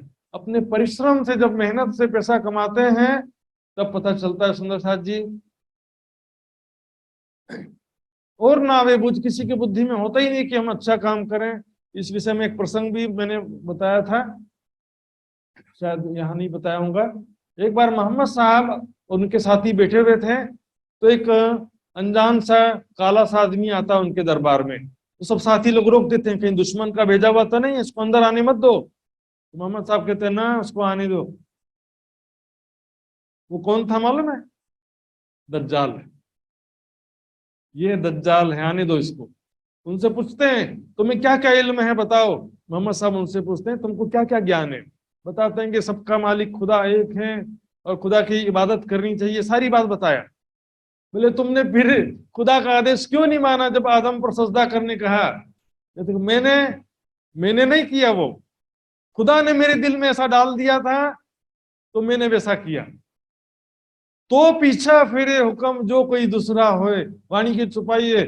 राज्य की ही माया की शक्ति, अजाजिल जो माया की शक्ति कहाँ गया है? स्वाप्निक चेतना शक्ति का कोई स्वतंत्र चेतना शक्ति थोड़ी है, राज्य की हृदय की शक्ति है वो। तो राज्य क्या इच्छा अनुसार ही यहाँ पर ब्रह्म सत्ता कार्य करती है। तो किसी को समझ में नहीं आता, हम सोचते हैं सारी दुनिया जागृत हो जाए एक पल में, राज्य का हुक्म होगा एक ही पल में सारी दुनिया जागृत हो जाएगी। लेकिन अभी ब्रह्म आत्माओं को जो खेल दिखाने का राज्य ने प्लानिंग लिया है, पिक्चर देखते हैं शुरुआत में ही विलेन को मार दे तो फिर पूरा पिक्चर कौन देखेगा? और जितना पावरफुल विलेन होगा उतना ज्यादा मजा आता है। जितना ज्यादा संघर्ष होगा उतना ज्यादा सफलता का आनंद होगा। मैंने बहुत मेहनत करके सफलता हासिल की। सुंदर साहब जी यहाँ पर कुछ कुरान के आयतों का यहाँ पर रेफरेंस दिया गया है। खुदा ही ना दोस्त तिनका के जो है काफर, कुरान में लिखा है खुदा उनका दोस्त नहीं है जिन्होंने, जो काफर है मतलब परमात्मा पर विश्वास नहीं रखते हैं और जो उनके रसूल पर विश्वास नहीं रखते हैं, या तो एक परमात्मा की बंदगी नहीं करते। काफर की परिभाषा बहुत विस्तृत है। काफर का मतलब गैर मुस्लिम नहीं होता है। काफर में बहुत सारी चीजें हैं, जैसे खुदा को भूल करके संसारिक सुखों में डूबना भी क्या लिखा, कुफ्र है, ये भी कुफ्र है। कुफ्र से काफिर शब्द बना है। कुफ्र क्या है? दुनिया की ख्वाहिश भी कुफ्र है, एक परमात्मा पर विश्वास नहीं करना भी कुफ्र है, और इससे बहुत सारी बातें हैं, इबादत नहीं करना और रहने की बातें, साफ दिल सुहागिनी कबू न दुखावे किन, ऐसे बहुत सारी आचरण रहने की बातें हैं। तो कुफ्र या काफिर शब्द बहुत विस्तृत है इसमें। लेकिन जाहिरी मुसलमान लोग दूसरे धर्म वालों को काफर तो कहते ही हैं, बल्कि अपने ही मुसलमानों में ही दूसरे फिरके हैं उनको भी काफर कह देते हैं।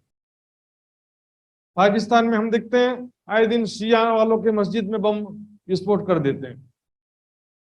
देखेंगे सीरिया में, इराक में, अफगानिस्तान में ISIS किसको मारा ज्यादा? मुसलमानों में ही दूसरे संप्रदाय वालों को ज्यादा मारा है। ईसाई यहूदी या हिंदुओं को ज्यादा नहीं मार पाए वो, उन्होंने ज्यादातर किसे मारा है? मुसलमानों में ही जो दूसरे संप्रदाय वाले उनको ही ज्यादा मारते गए। मोहम्मद साहब के जाने के बाद देखो जो उनमें आपसी लड़ाई मचा था चारों खलीफाओं में, तो और जो मुआविया यजीद आदि हुए थे, अली को, उनके दोनों बेटों को मारा, चारों खलीफाओं का कत्ल हुआ, आपस में एक दूसरे को लड़ते रहे। उनका स्वभाव जो है ना बहुत कट्टरवाद है। हिंदुओं में इतने संप्रदाय फिर भी इतना लड़ाई झगड़ा कभी नहीं करते। ठीक है, जिसको जो मानना है मानो, और उन्हें कुरान में लिखा भी है धर्म में जबरदस्ती नहीं है, फिर भी इतने ज्यादा हिंसक स्वभाव है, इसलिए उनको असुर कहा वाणी में। ये जो अहल किताब है बीच गिरो यहूदन, यहूदन मतलब मैं बताया था ना, यहूदी का बातिनी अर्थ होता है हिंदी।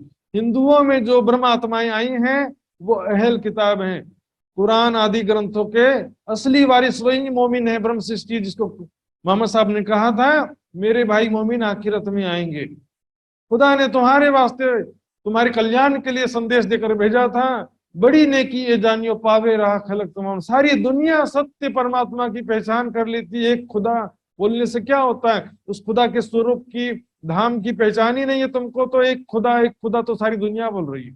सबका मालिक एक है, सबका परमात्मा एक है, लेकिन वो कौन है? बोले हम जो बोलते हैं वो एक है, तुम जो बोलते हो वो एक नहीं है। एक परमात्मा कैसा है, स्वरूप है, धाम लीला का ज्ञान ही नहीं होगा तो फिर कैसे एक कहने का कोई औचित्य ही नहीं रह जाता, फिर झगड़ा तो चालू ही है ना। वावे राह खलक तमाम। औरंगजेब यदि प्राणनाथ जी के चरणों में आता तो सारे मुसलमान भी आ जाते, और एक हिंदू तन में इमाम मेहदी के आने से हिंदू भी सारे उनके चरणों में आ जाते, सारी दुनिया एक हो जाती। एक बहुत ही महत्वपूर्ण कार्य होते होते रह गया। इनसे ती नजीक होवे परवरदिगार, इनके नजदीक इनके साथ में पल पल इनकी हिफाजत के लिए धामधनी स्वयं विराजमान। मैं तुम्हारे सिर पर खड़ा हूं एक पाए। इनके विषय में जो है मुराद इस मोहम्मद की, मोहम्मद साहब इन्हीं के विषय में इच्छा और प्रार्थना करते थे, दुआ मांगते थे कि मेरे भाई मोमिन आखिरत में आएंगे, एक खुदा इनकी हिफाजत करना। आखिरत का समय बहुत कठिन समय होगा, उस समय उठे दिन सखत बखत में कठिन समय होगा। मैं दुआ मांगा तो हक पे रखने इनका दिल खुशहाल, दफे कर इनके दुश्मन है मेरे परवरदिगार से दुआ मांगते थे। हकी कहिया हबीब, जिनको मोहम्मद साहब को हबीब यानी बहुत प्यारा माशूक कहा। जी अक्षर की आत्म परमात्माओं की चिंता करेगी, बताओ। श्यामा जी की आत्म है, मैंने कही अच्छी तरह से पहले स्पष्ट कर चुका हूं। सुंदर साथ जी, मोहम्मद साहब ने दोबारा आने के लिए प्रार्थना नहीं किया। सुंदर साथ जी, जैसे कई लोग बोलते हैं कि मोहम्मद साहब ने दोबारा आने के लिए प्रार्थना किया, प्रार्थना नहीं किया, वादा किया कि मैं दोबारा आऊंगा। फिर कई सुंदर साहब क्या बोलते थे, विद्वान क्या कहते हैं, हाँ मोहम्मद साहब भी प्राणनाथ जी के अंदर बैठे हुए हैं, कोने में बैठे निकले आए हैं यहाँ पर, मतलब बैठे हैं, कर नहीं रहे हैं। वो तो प्राणनाथ जी खोल रहे हैं सारे रहस्य, लेकिन वो मोहम्मद साहब बैठे हैं कोने में, वो कर कुछ नहीं रहे, बस बैठे हुए। कोने में बैठे रहने के लिए, शांति से बैठे रहने के लिए पुनः आऊंगा कहा है। मेरा नजुम खोले मुझसे, मेरे सारे रहस्य मैं खोलूंगा और शिफायत करूंगा। कहाँ इमामत करेंगे, ऐसा वाणी में भी लिखा है, सबको दोजख से छुटकारा दिलाएंगे, ऐसा लिखा नहीं। बोले हाँ है तो सही, लेकिन अंदर में बैठे हुए हैं। महिमा को डाउन करने की बात बस लगी रहती। फिर बोलेंगे कि प्राणनाथ जी की महिमा ज्यादा है, मोहम्मद की महिमा ज्यादा नहीं है। तुम दो कहां से बना दिए इसको? मेरी तीनों सूरत एक है, कंपैरिजन ही मत करो। वही शक्ति जो अरब में आई थी वही शक्ति यहाँ पर आई, तो प्राणनाथ किसको कह रहे हो तुम? तन को कह रहे हो, शक्ति को कहते हो, तो शक्ति वही, दोनों तरफ एक ही शक्तियां हैं। सुंदर साथ जी, यहाँ पर लिखा है कि शफात शिफायत कौन करेगा? मोहम्मद साहब करेंगे। हकी सूरत क्यों कहा? इन उम्मत भाइयों वास्ते मोहम्मद आए 3 बेर, करे जहूद लड़ाई मुझसो दूजे शरीयत मुसलमान, मैं पाई सिफत मोहम्मद की छोड़ो नहीं फिरकान। सनद में भी एक छुपाई है, अब नबी प्यारा लग गया प्यारे शब्द रसूल। जब सनद की वाणी पढ़े, कुरान के रहस्य को समझा, तब मोहम्मद साहब भी प्यारे लगने लगे। अब नबी प्यारा लग गया, लगे प्यारे शब्द रसूल। मोहम्मद साहब की बातें कुरान हदीसें भी अच्छी लगने लग रही, और लगे हिंदूवादी विचारधारा में लगे हुए हैं सुंदर साथ होकर के। हम हिंदू हैं,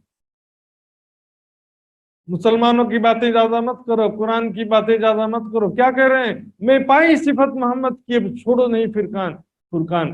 कुरान को और मोहम्मद को मैं छोड़ूंगा नहीं। चाहे हिंदू भी लड़ते हैं, वो तो वैसे भी लड़ेंगे, कुरान को छोड़ दोगे तो भी लड़ने वाले। देवी देवताओं की पूजा करोगे तब वो खुश होने वाले, उससे पहले कोई खुश होने वाला नहीं।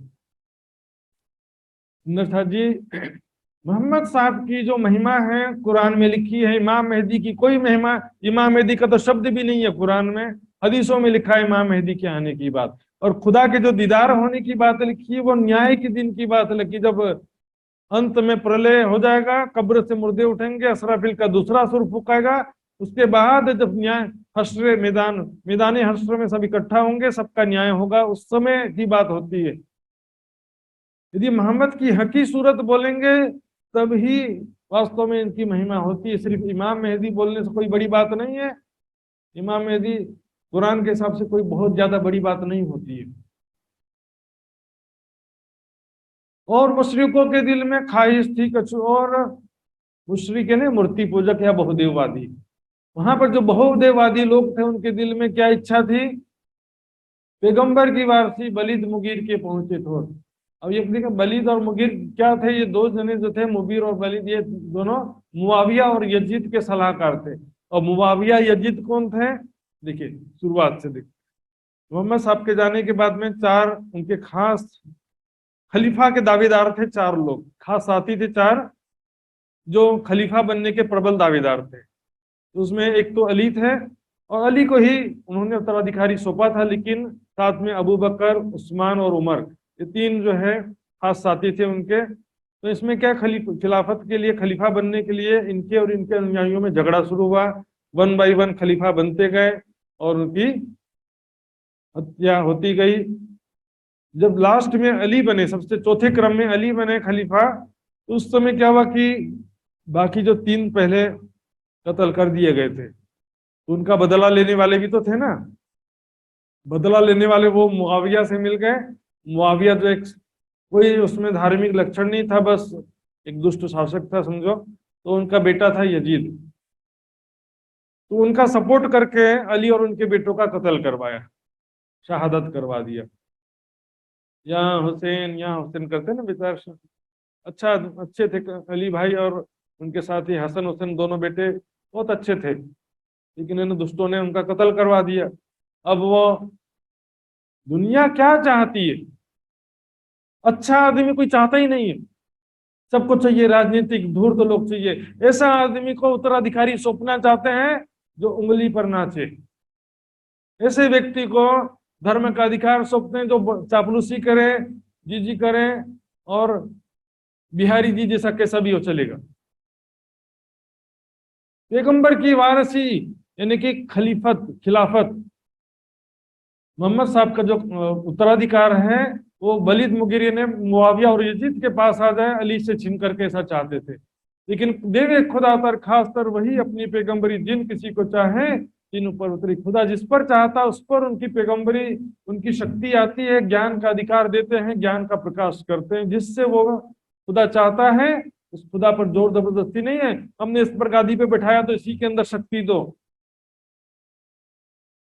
आज सिर्फ गादीवाद नहीं है सुंदर सा जी, गादीवाद को तो उस समय में होता था। गादीवाद के साथ साथ आज एक बड़ी समस्या है, जितने गुरु उतने ग्रुप बन गए। गुरुवाद, व्यक्तिवाद और स्थानवाद का सबसे बड़ा सुंदर साथ तो टुकड़े टुकड़े कर दिया सुंदर साथ का समूह के इतने सारे। खुदा जो है जिसको चाहता अपनी शक्ति देता है, अपना ज्ञान देता है, ज्ञान प्रचार का अधिकार देता है। बोलेंगे इतने बड़े स्थान से प्रचारक है, वहां पर हजारों की भीड़ लग जाएगी, नाम चलता है, काम नहीं चलता आज के जमाने। जिन किसी को चाहे तीन ऊपर उतरी, सत शब्द को कोई ना छीने, सुने हृदय नहीं संभार। खुदा बुजुर्ग साहेब चाहे जिसे दे फजीलत। परमात्मा सर्वशक्तिमान है और उसकी जिसकी इच्छा होगी उसी को वो शक्ति देगा, कोई जबरदस्ती नहीं है। कहाँ से किसको भी, मोहम्मद साहब को खुद देखेंगे तो मोहम्मद साहब क्या थे, उम्मी मेरे यार अनपढ़ थे, उनको कहां से कहां पहुंचा दिया खुदा ने। दिल में तड़प है जिसका खुदा का सच्चा प्रेम है। एक हरिदास थे, हरजी व्यास थे, चिंतामणि थे, सच्चे हृदय वाले थे, ऐसे बहुत ही दुर्लभ होते हैं। दे पैगंबरी तिनको भांत करामात अजमत, अनपढ़ से भी ज्ञान का चर्चा करवा दे, ऐसे शक्तिशाली परमात्मा खुदा शक्तिशाली। जिनको मैं रद्द करो मैंने कुरान से, ऊपर माफक मसलत होसी कल्पों में। कहते कि मैं जो पुरानी आयतों को रद्द कर देता हूं तो उससे भी बेहतर नई आयतें भी प्रदान करता हूं। लेकिन दुनिया वाले लगे रहते हैं पुराने आयतों को लेकर। पुराने निर्देश को, शरीयत के पालन करने का निर्देश तभी तक है जब तक हकीकत और मार्फत का ज्ञान नहीं आ जाता है।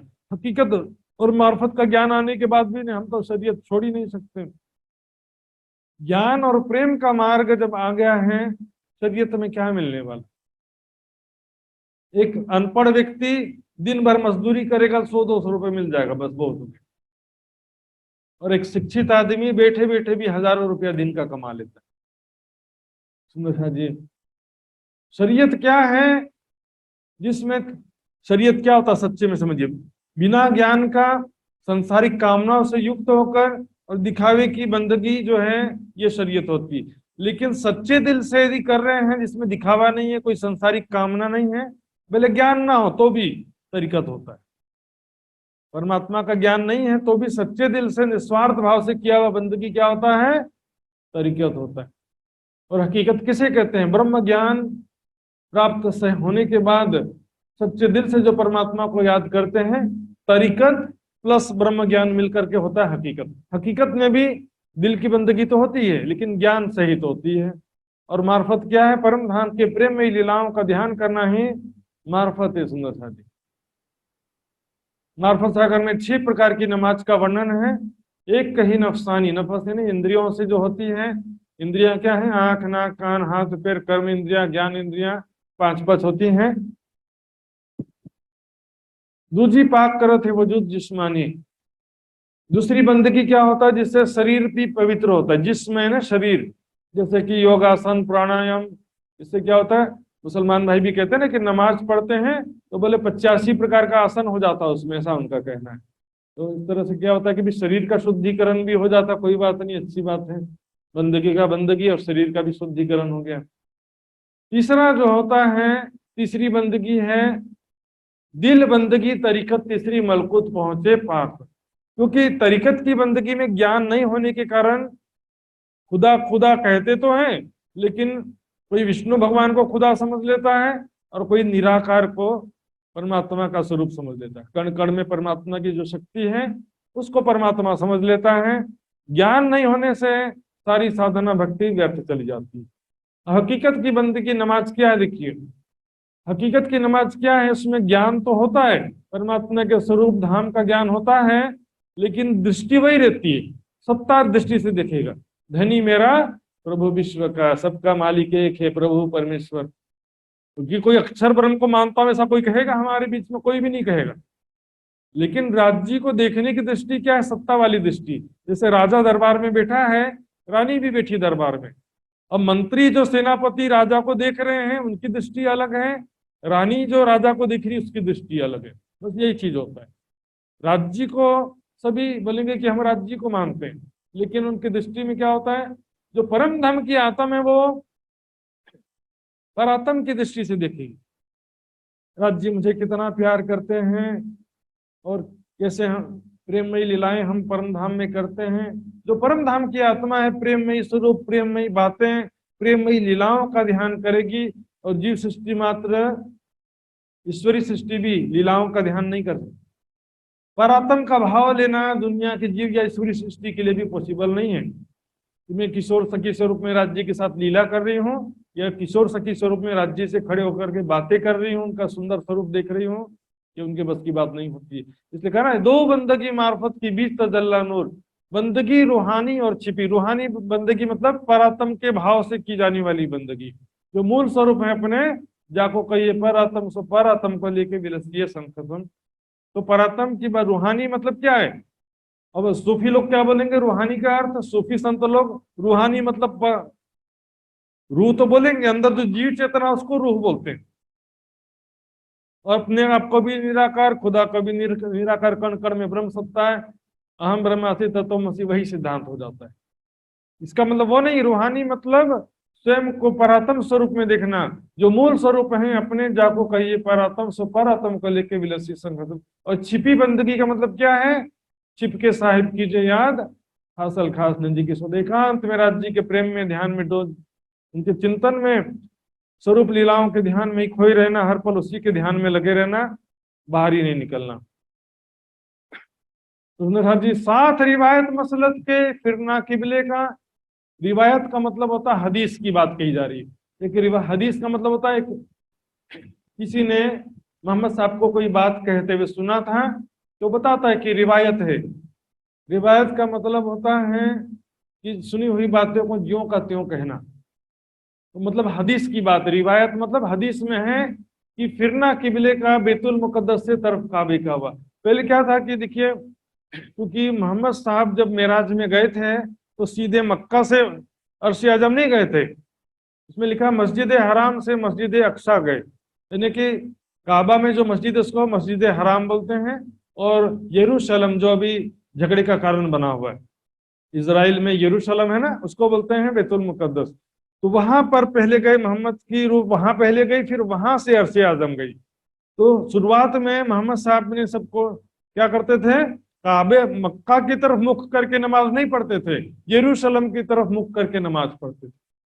यरूशलेम में जो बैतुल मुकद्दस है वो तीनों धर्मों के लिए पूज्य स्थान है, यहूदियों के लिए भी, ईसाइयों के लिए भी और मुसलमानों के लिए, तीनों के लिए वो पूज्य स्थान होता है। इसलिए वहीं तीनों जो है हज करने जाते हैं, इसलिए वो चाहते हैं वो यहूदियों के कंट्रोल में ना रहे, वो स्वतंत्र रहे, ताकि सभी लोग दर्शन करने आ सके। तो यहाँ पर क्या हुआ, यहूदी लोग क्या ताना मारने लगे, ये देखो मुसलमान लोग को भी हमारे पूज्य स्थान में मुख करके ध्यान करना पड़ता है, टोंट कसने लगे। तो मोहम्मद साहब बोले ठीक है, बदल देते हैं, तुम्हारी तरफ ध्यान नहीं करेंगे, आज से सभी मुसलमान भाई मक्का की तरफ, काबे की तरफ ध्यान मुख करके नमाज पढ़ेंगे।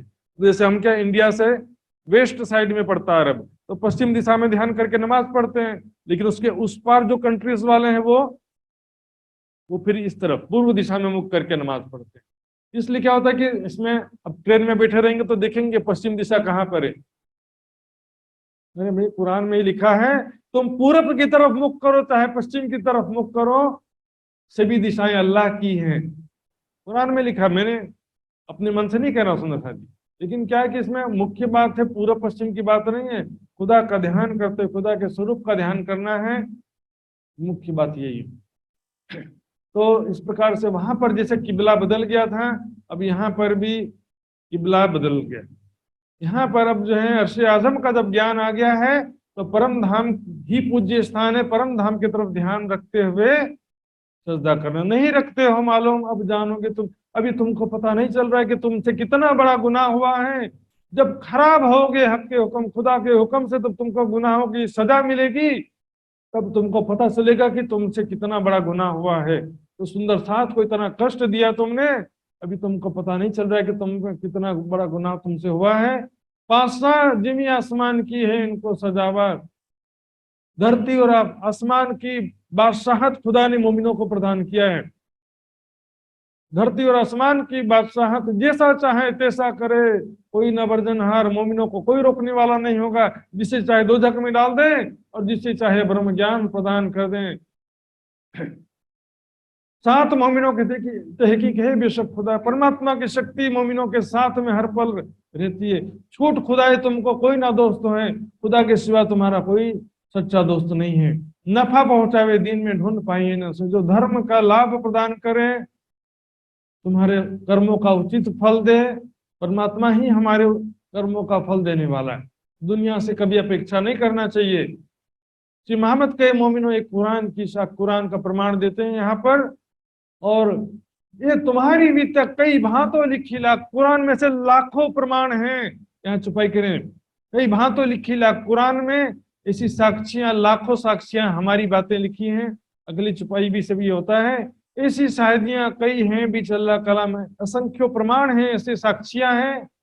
कलाम अल्लाह, कलाम अल्लाह का मीनिंग क्या होता है, अल्लाह के कलाम, अल्लाह की वाणी, जो हिंदी में कहते हैं ना ब्रह्म वाणी, उसी को उर्दू में बोलते हैं अल्लाह कलाम। सब बातें यही लिखी, अब सब पढ़ेंगे इस्लाम, हमारी ही सारी बातें लिखी हैं उसमें समझने वालों के लिए। शरीयत की 30,000 हरफ कहते हैं, लेकिन कुरान में और हदीसों में मिला करके हो सकता है मेरे ख्याल से, लेकिन कुरान में हम देखेंगे सुंदर साथ जी, शरीयत की बातें आज जो प्रचलन में है उसमें से 20% से ज्यादा कुरान में नहीं मिलेगा। जो भी देखते हैं सुन्नतें हैं, या जो नमाज पढ़ने का तरीका है या हज करने का तरीका है, उसका विस्तृत व्याख्या कुरान में है ही नहीं। किस तरह से नमाज पढ़ना है, किस तरह से हज करना, किस तरह से रोजा रखना, ये सब तो दूसरे ग्रंथों में से लेते हैं। औरंगजेब ने किताब लिखा फिका करके, उसको पढ़ के तो कजा करते हैं काजी लोग। सब बातें ही, लेकिन ज्यादातर बातें तरीकत की हैं और मोमिनों के विषय, मोमिनों को ही संबोधित किया गया हर जगह। जैसे वाणी में हर जगह सुनो साधजी कहा गया है ना, तो वहां पर हर जगह ईमान वालों, मोमिनों, हर जगह यही लिखा हुआ। इसलिए जो है कहा गया है कि सभी धर्म ग्रंथों में कलाम अल्लाह अभिषेक करके वाणी में छुपाई जाता है। 3 सब में कलाम, आखिरी कलाम अल्लाह अभिषेक। ये जो किस्से कुरान के अलिफ लाम मीम से लेकर, पहला सिपारा अलिफ लाम मीम है, वहां से लेकर के अंतिम सिपारा सिपारे आम तक हमारी ही सारी बातें लिखी है। 36वीं सूरत लो कुल औज बिरब्बिनास, जहां कुरान खत्म हुआ सब किस्से मोमिनों के खास, सारी बातें मोमिनों की लिखी हैं। और कुछ विद्वान क्या कहते हैं, बस शरीयत के 30,000 हैं और तरीकत के 30,000 हैं, हकीकत का लिखा ही नहीं बोलेंगे। फिर बोलेंगे 12 हर्फ मुक्तवात हैं, 2-4 आयतें हैं, बस 2-4 आयतें की बात चल रही है। पहली सिपारा आम, पहला सिपारा जो है अलिफ लाम मीम नाम है, अंतिम सिपारे का नाम है सिपारा आम। इसका पूरा नाम है, तीसवा सिपारा है अम्मा यत्सअलून नाम है। और उसमें कुल 30 सिपारे में से क्या होता है, देखिए वो पूरे कुरान को 30 भाग में डिवाइड किया गया। तो शुरुआत के जो पहला सिपारा है उसमें तो एक सूरा भी पूरा नहीं आ पाता है, क्योंकि शुरुआत में सबसे ज्यादा आयतें वाले सूरा लिखे हैं, फिर कम आयतों वाले उसके पीछे आते जाते हैं। तो सबसे अंतिम जो सिपारा है 30वां सिपारा, उसके अंतर्गत 36 सूरत आते हैं, 36 सूरा आते हैं उसके अंतर्गत। उसमें भी सबसे अंतिम जो सूरा है, अंतिम सूरत है, उसमें उसका नाम है सूरह नास। 36वीं सूरत का नाम है सूरह नास, जिसकी पहली आयत है कुल औज़ु बिरब्बि नास।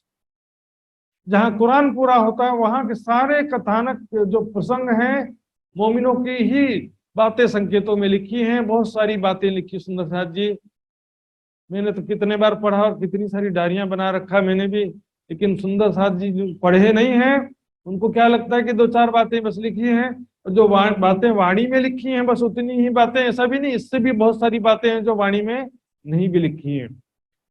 वाणी में ही इतनी सारी बातें लिखी सुंदर साथ जी। तो वहां पर इन्ना अंजलना जो सूरह कद्र की पहली आयत है, इन्ना अंजलना हो फी लैलतुल कद्र, तो वहां इसके बारे में एक प्रसंग यहाँ पर आता, हदीस का प्रसंग, कि एक बार मोहम्मद साहब अपने साथियों से बता रहे थे किस्सा कि बनी इसराइल यानी यहूदियों में एक योद्धा था जिसने 1000 महीने से भी ज्यादा समय तक खुदा की राह में धर्म युद्ध किया। तो उनके साथी कहते हैं 1000 महीने से भी ज्यादा समय तक, हम तो छोटी उम्र वाले हैं, हम इतनी बड़े दर्जे को कैसे प्राप्त कर सकते हैं, 1000 महीने तक हम कैसे युद्ध कर सकते हैं।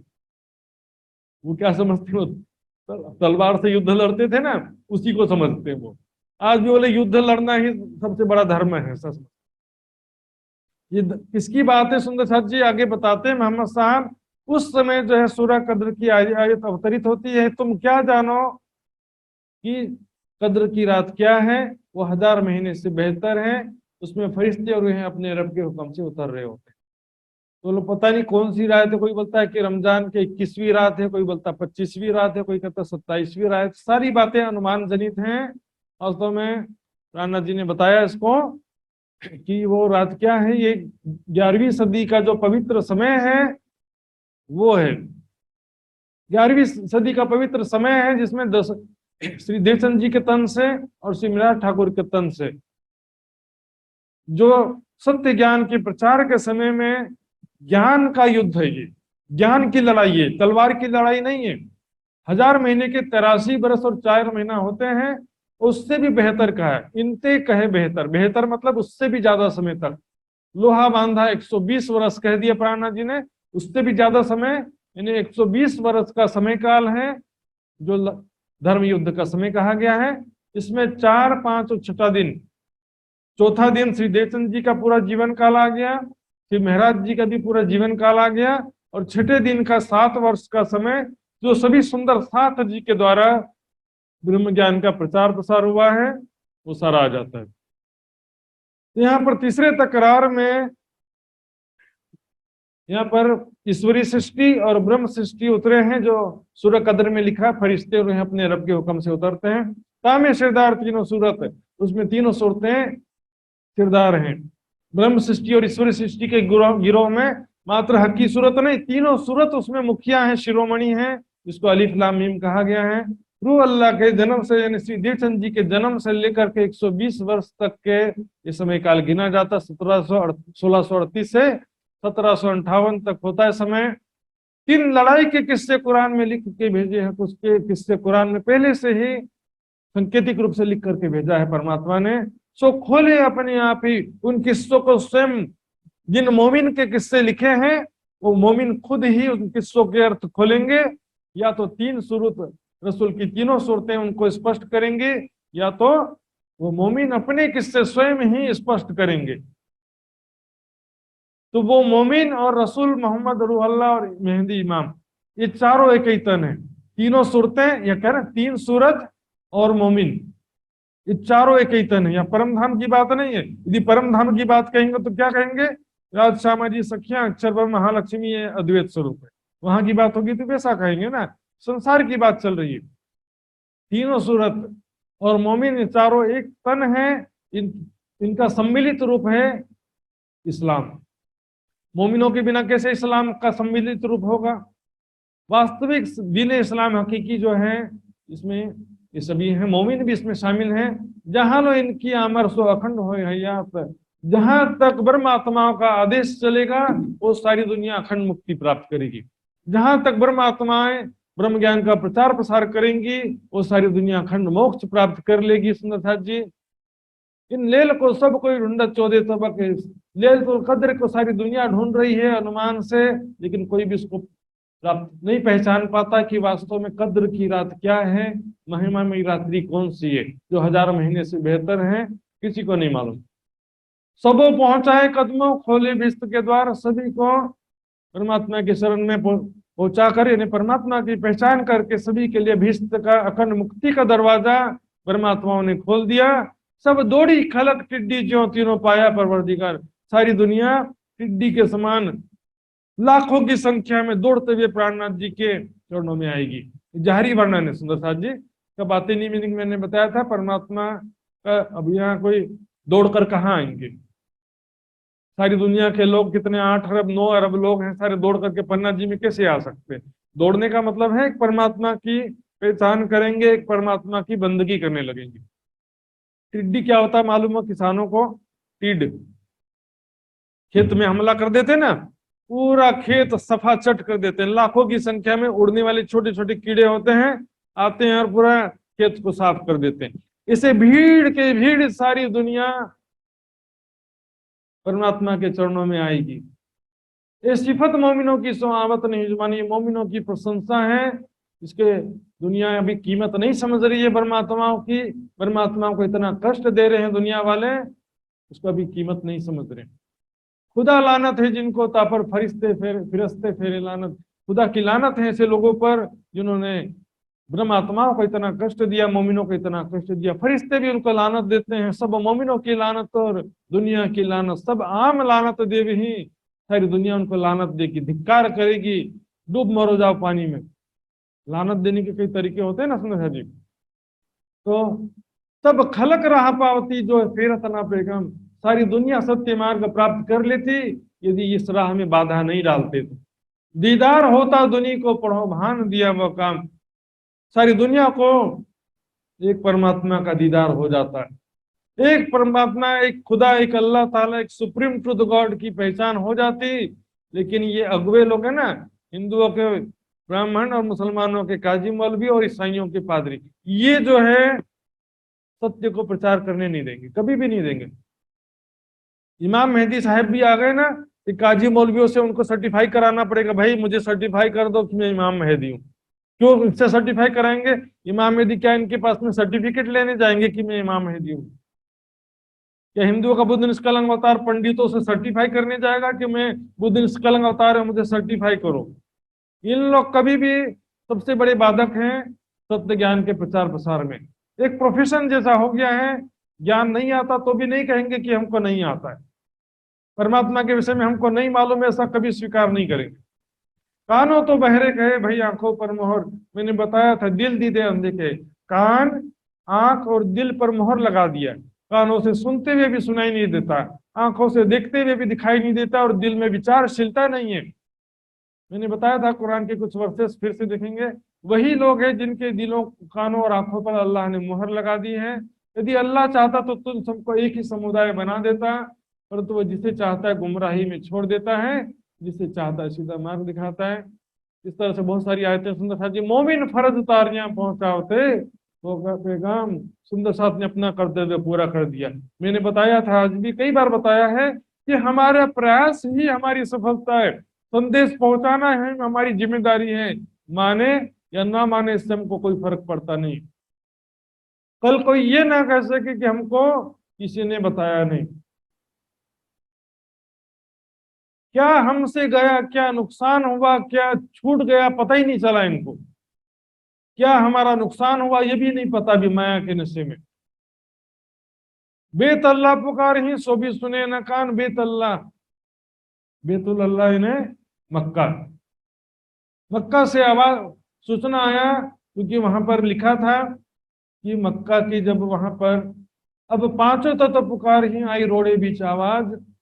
वहां पर पांचों तत्व रोड़े बीच आवाज, रोड़ा कैसे कहते हैं, वहां की जो मीनार है टूट गई, और मीनार का जो मलबा होता है ना, टुकड़े ईट सीमेंट टुकड़े पड़े होते हैं, टूटने के बाद उसमें से आवाज आई कि हिंद में इमाम मेहदी प्रकट हो चुके हैं, क़यामत का समय नजदीक आ चुका है। अब पांचों तत्व पुकार ही आई रोड़े बीच आवाज, सो सब किए तुम कायम, वास्ते तुम्हारे राज। तो मक्का से एक संदेश आया, इस प्रकार से जो घटना हुई, वहां पर मीनार टूट गई, उसमें से आवाज आया कि कयामत का समय आ गया है, इमाम मेहदी प्रकट हो चुके हैं। वो बोले सब अफवाहें हैं, कोई बात नहीं। फिर वसीयतनामे चार आए ताकि भी न करे पहचान। चार वसीयतनामे कहाँ से आए? मक्का से नहीं, मदीने से आए। मक्का से देखिए, अलग अलग जगह से जो चीज जहां से आया है उसको समझना चाहिए। मदीने से क्यों आया है हम देखेंगे, और वसीयतनामा होता क्या है वो भी समझेंगे। लोगों को पता ही नहीं है वसीयतनामा क्या होता है। एक्चुअल में मोहम्मद साहब की जो दरगाह है, समाधि स्थल जो बोल सकते हैं हिंदुओं के हिसाब से, मदीना में, उसको बोलते हैं मस्जिद नबवी। तो वहां पर मस्जिद नबवी में, मदीना में, मोहम्मद की दरगाह में उस समय जो खादिम था, सेवा करता था, उसका नाम है शेख अहमद था। तो सेवा करता था वहां का सारा। तो उसने जो है बताया कि मैं खादिम रोजे पाक का, बख्शाने वाला, मदीने का, खातिमुल नबी का शेख अहमद रिवायत करे। मैं शेख अहमद कह रहा हूं कि क्या हुआ, सन 1090 हिजरी में रात जुम्मा के बीच में मैं मशगूल था कि मैं कि अचानक नींद आई, नींद में झपकी लग गया मुझे, और सरवरी अंबिया मोहम्मद मुस्तफ़ा सल्लल्लाहु अलैहि वसल्लम बीच ख्वाब के जाहिर हुए, सपने के रूप में मुझे दिखाई दिए, और फरमाया, ए शेख अहमद, लोग उम्मत मेरी के तमाम गुनहगार हुए हैं, मेरी उम्मत के तमाम लोग गुनहगार हुए हैं। दिन जुम्मे के 7,000 आदमी मक्के के ईमान से मर गए। क्या लिखा है, प्रसंग आता है इस विषय में कि 70,000 मुसलमान एक बार नमाज पढ़ रहे थे, तभी आकाश से हीरे बरसने लगे, नमाज छोड़ करके हीरे बटोरने के लिए भाग गए। बाद में नमाज भी छूट गया और जो हीरे थे वो भी काले पत्थर में बदल गए। तो ऐसे, इसलिए कहने 7,000, 7 मुसलमान बस जो है, 7 मुसलमान बस नमाज पढ़ते रहे, बाकी जो है नमाज छोड़ करके भाग गए। उनमें से 7 आदमी ईमान के आए और 7,000 जो है ईमान से मर गए। तो निशानी का उसमें आगे लिखते हैं, शेख अहमद जी बताते हैं कि मुझसे ऐसा कहा, किसने? मोहम्मद साहब ने ऐसा कहा कि निशानी क़यामत की नजदीक आ पहुंची है, जहूर ईसा अलैहिस्सलाम का नजदीक आ पहुंचा है। ईसा अलैहिस्सलाम किसको कहा गया? ईसा मसीह को कहा गया। सुंदर सा जी कल मैंने बताया था। जमाना आखिरुल इमाम मोहम्मद मेहदी साहब जमा का भी नजदीक आ पहुंचा है। फरमाया, खुदा और उसके रसूल का करो, अपने मन मानी मत करो। जैसा खुदा और उसके रसूल ने कहा वैसा करो, और मेहतर जब्राइल नाजिल प्रकट होगा, और दुनिया की बरकत, फकीरों की शफकत, कुरान को उठा करके अपने मकान को ले गया। की वाणी में छुपाई आता सुंदर छान जी, दुनिया की बरकत और फकीरों की शफकत। ये जो दुनिया की बरकत है, फकीरों की शफकत, नूरी झंडा और कुरान जब्राइल ले गया अपने मकान। तो दुनिया की बरकत क्या है? सो तो कहिया ईमान, और फकीरों की शफकत सो आखिर महर मेहरबान प्राणनाथ जी की या इमाम मेहदी की कृपा दृष्टि आशीर्वाद जो है, प्राणनाथ जी का आशीर्वाद ही फकीरों की शफकत है, क्योंकि सच्चा फकीर कौन है? वही तो है ना। तो सुंदर साथ जी विचार करिए, यदि जिब्रील मात्र एक छोटा सा फरिश्ता शक्ति है, आवेश बड़ी, और जिब्रील छोटा सा शक्ति है, फरिश्ता है, सेवक है, तो कुरान कैसे ले जा सकता बताओ? कुरान का ज्ञान इधर से उधर कैसे कर सकता है? और फकीरों की शफकत यानी प्राणनाथ जी की कृपा को वहां से उठा करके यहाँ लाना उसके बस में कैसे हो सकता है? प्राणनाथ जी की कृपा, प्राणनाथ जी के सिवा कोई इधर से उधर कर सकता है? क्या प्राणनाथ जी यदि जोश छोटा है तो क्या प्राणनाथ जी जोश के अधीन है? सुंदर साथ जी स्वयं संसार में राज्य का आवेश ही राज्य का स्वरूप होता, वही आवेश और जोश एक ही बात है। तभी तो वो यहाँ से वहां ज्ञान को और प्राणनाथ जी की कृपा को वहां से लेकर के यहाँ पर आ गया। यहाँ पर इस प्रकार से ये वसीयतनामा लिखा था, इसका प्रमाण है महामत कहे मदीने से लिखे खलीफों पर फरमान, मदीना से ये संदेश आया है, उठी दुनी बरकत शफकत फकीरों और कलाम अल्लाह ईमान। दुनिया की बरकत फकीरों की शफकत वहां से उठ गई है। ये वसीयतनामा प्रमाणिक ग्रंथ है, आज भी प्रमाणिक, सबसे ज्यादा प्रमाणिक है। इसका प्रमाण क्या है? इसके अंत में लिखा है, उम्मत मेरी को कहो कि शर्म करे, यह हुक्म आखरुल इमाम मोहम्मद मेहदी साहब उज्जमा का है। और फरमाया कि इस वसीयतनामे को शहर ब शहर पहुंचाओ, और जो इनका इतबार न करे, इस पर विश्वास न करे, वो काफिर है। और यदि मैं शेख अहमद झूठ कहता हूं तो दोनों जहान के मेरा मुख स्याह हो, चेहरा मेरा शर्मिंदा होगा, और शिफायत मोहम्मदी से मैं महरूम रहूं। इतना कठिन कसम खा करके उन्होंने ये संदेश पहुंचाया था। लेकिन इसको भी जब पहुंचे नामे वसीयत, धोई डारे सबन।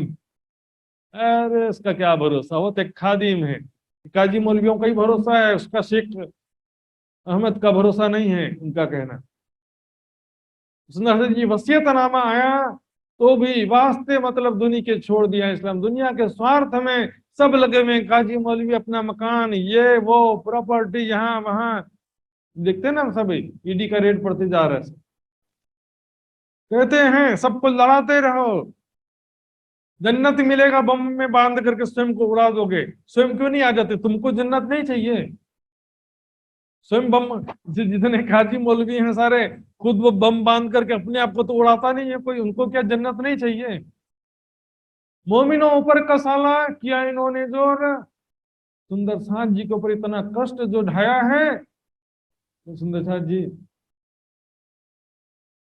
इसका गुनाह तो उनको भुगतना पड़ेगा। तो इस लड़ाई के वक्त में श्री प्राणनाथ जी ने सुंदर साथ जी को सांत्वना भरा, प्रेम भरा जो पत्र लिखा, उसके विषय में बताते हैं कि जब हम कोतवाल के हवाले थे उसी समय खास दस्तखत कलाम अपने हाथों से प्रेम भरे शब्द लिख करके दिलासा देते हुए वो चिट्ठी लिखे थे, तुम बैठे नजीक हक के, तुम्हें पलक न करे दूर, तुम धाम धनी के नजदीक विराजमान हो, और धाम धनी तुमको एक पल भी अपने नजरों से दूर करते नहीं है।